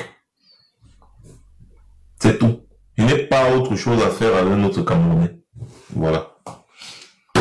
Merci beaucoup les gars d'avoir été aussi nombreux et bravo à tous ceux qui ont observé les villes mortes. Demain ça continue. Après-demain ça continue. Et après, il y aura une autre phase. Ne vous dérangez pas. Le régime Biya va partir. Mais ça, il faut vraiment donner, il faut de l'effort. Il faut un dernier effort, un dernier souffle pour nous débarrasser de cette dictature définitivement. Ils vont tous partir. Yola Sport, merci beaucoup ma mère. Bon après-midi à vous. Ou alors, passez une bonne soirée à tous. C'était Max Senior.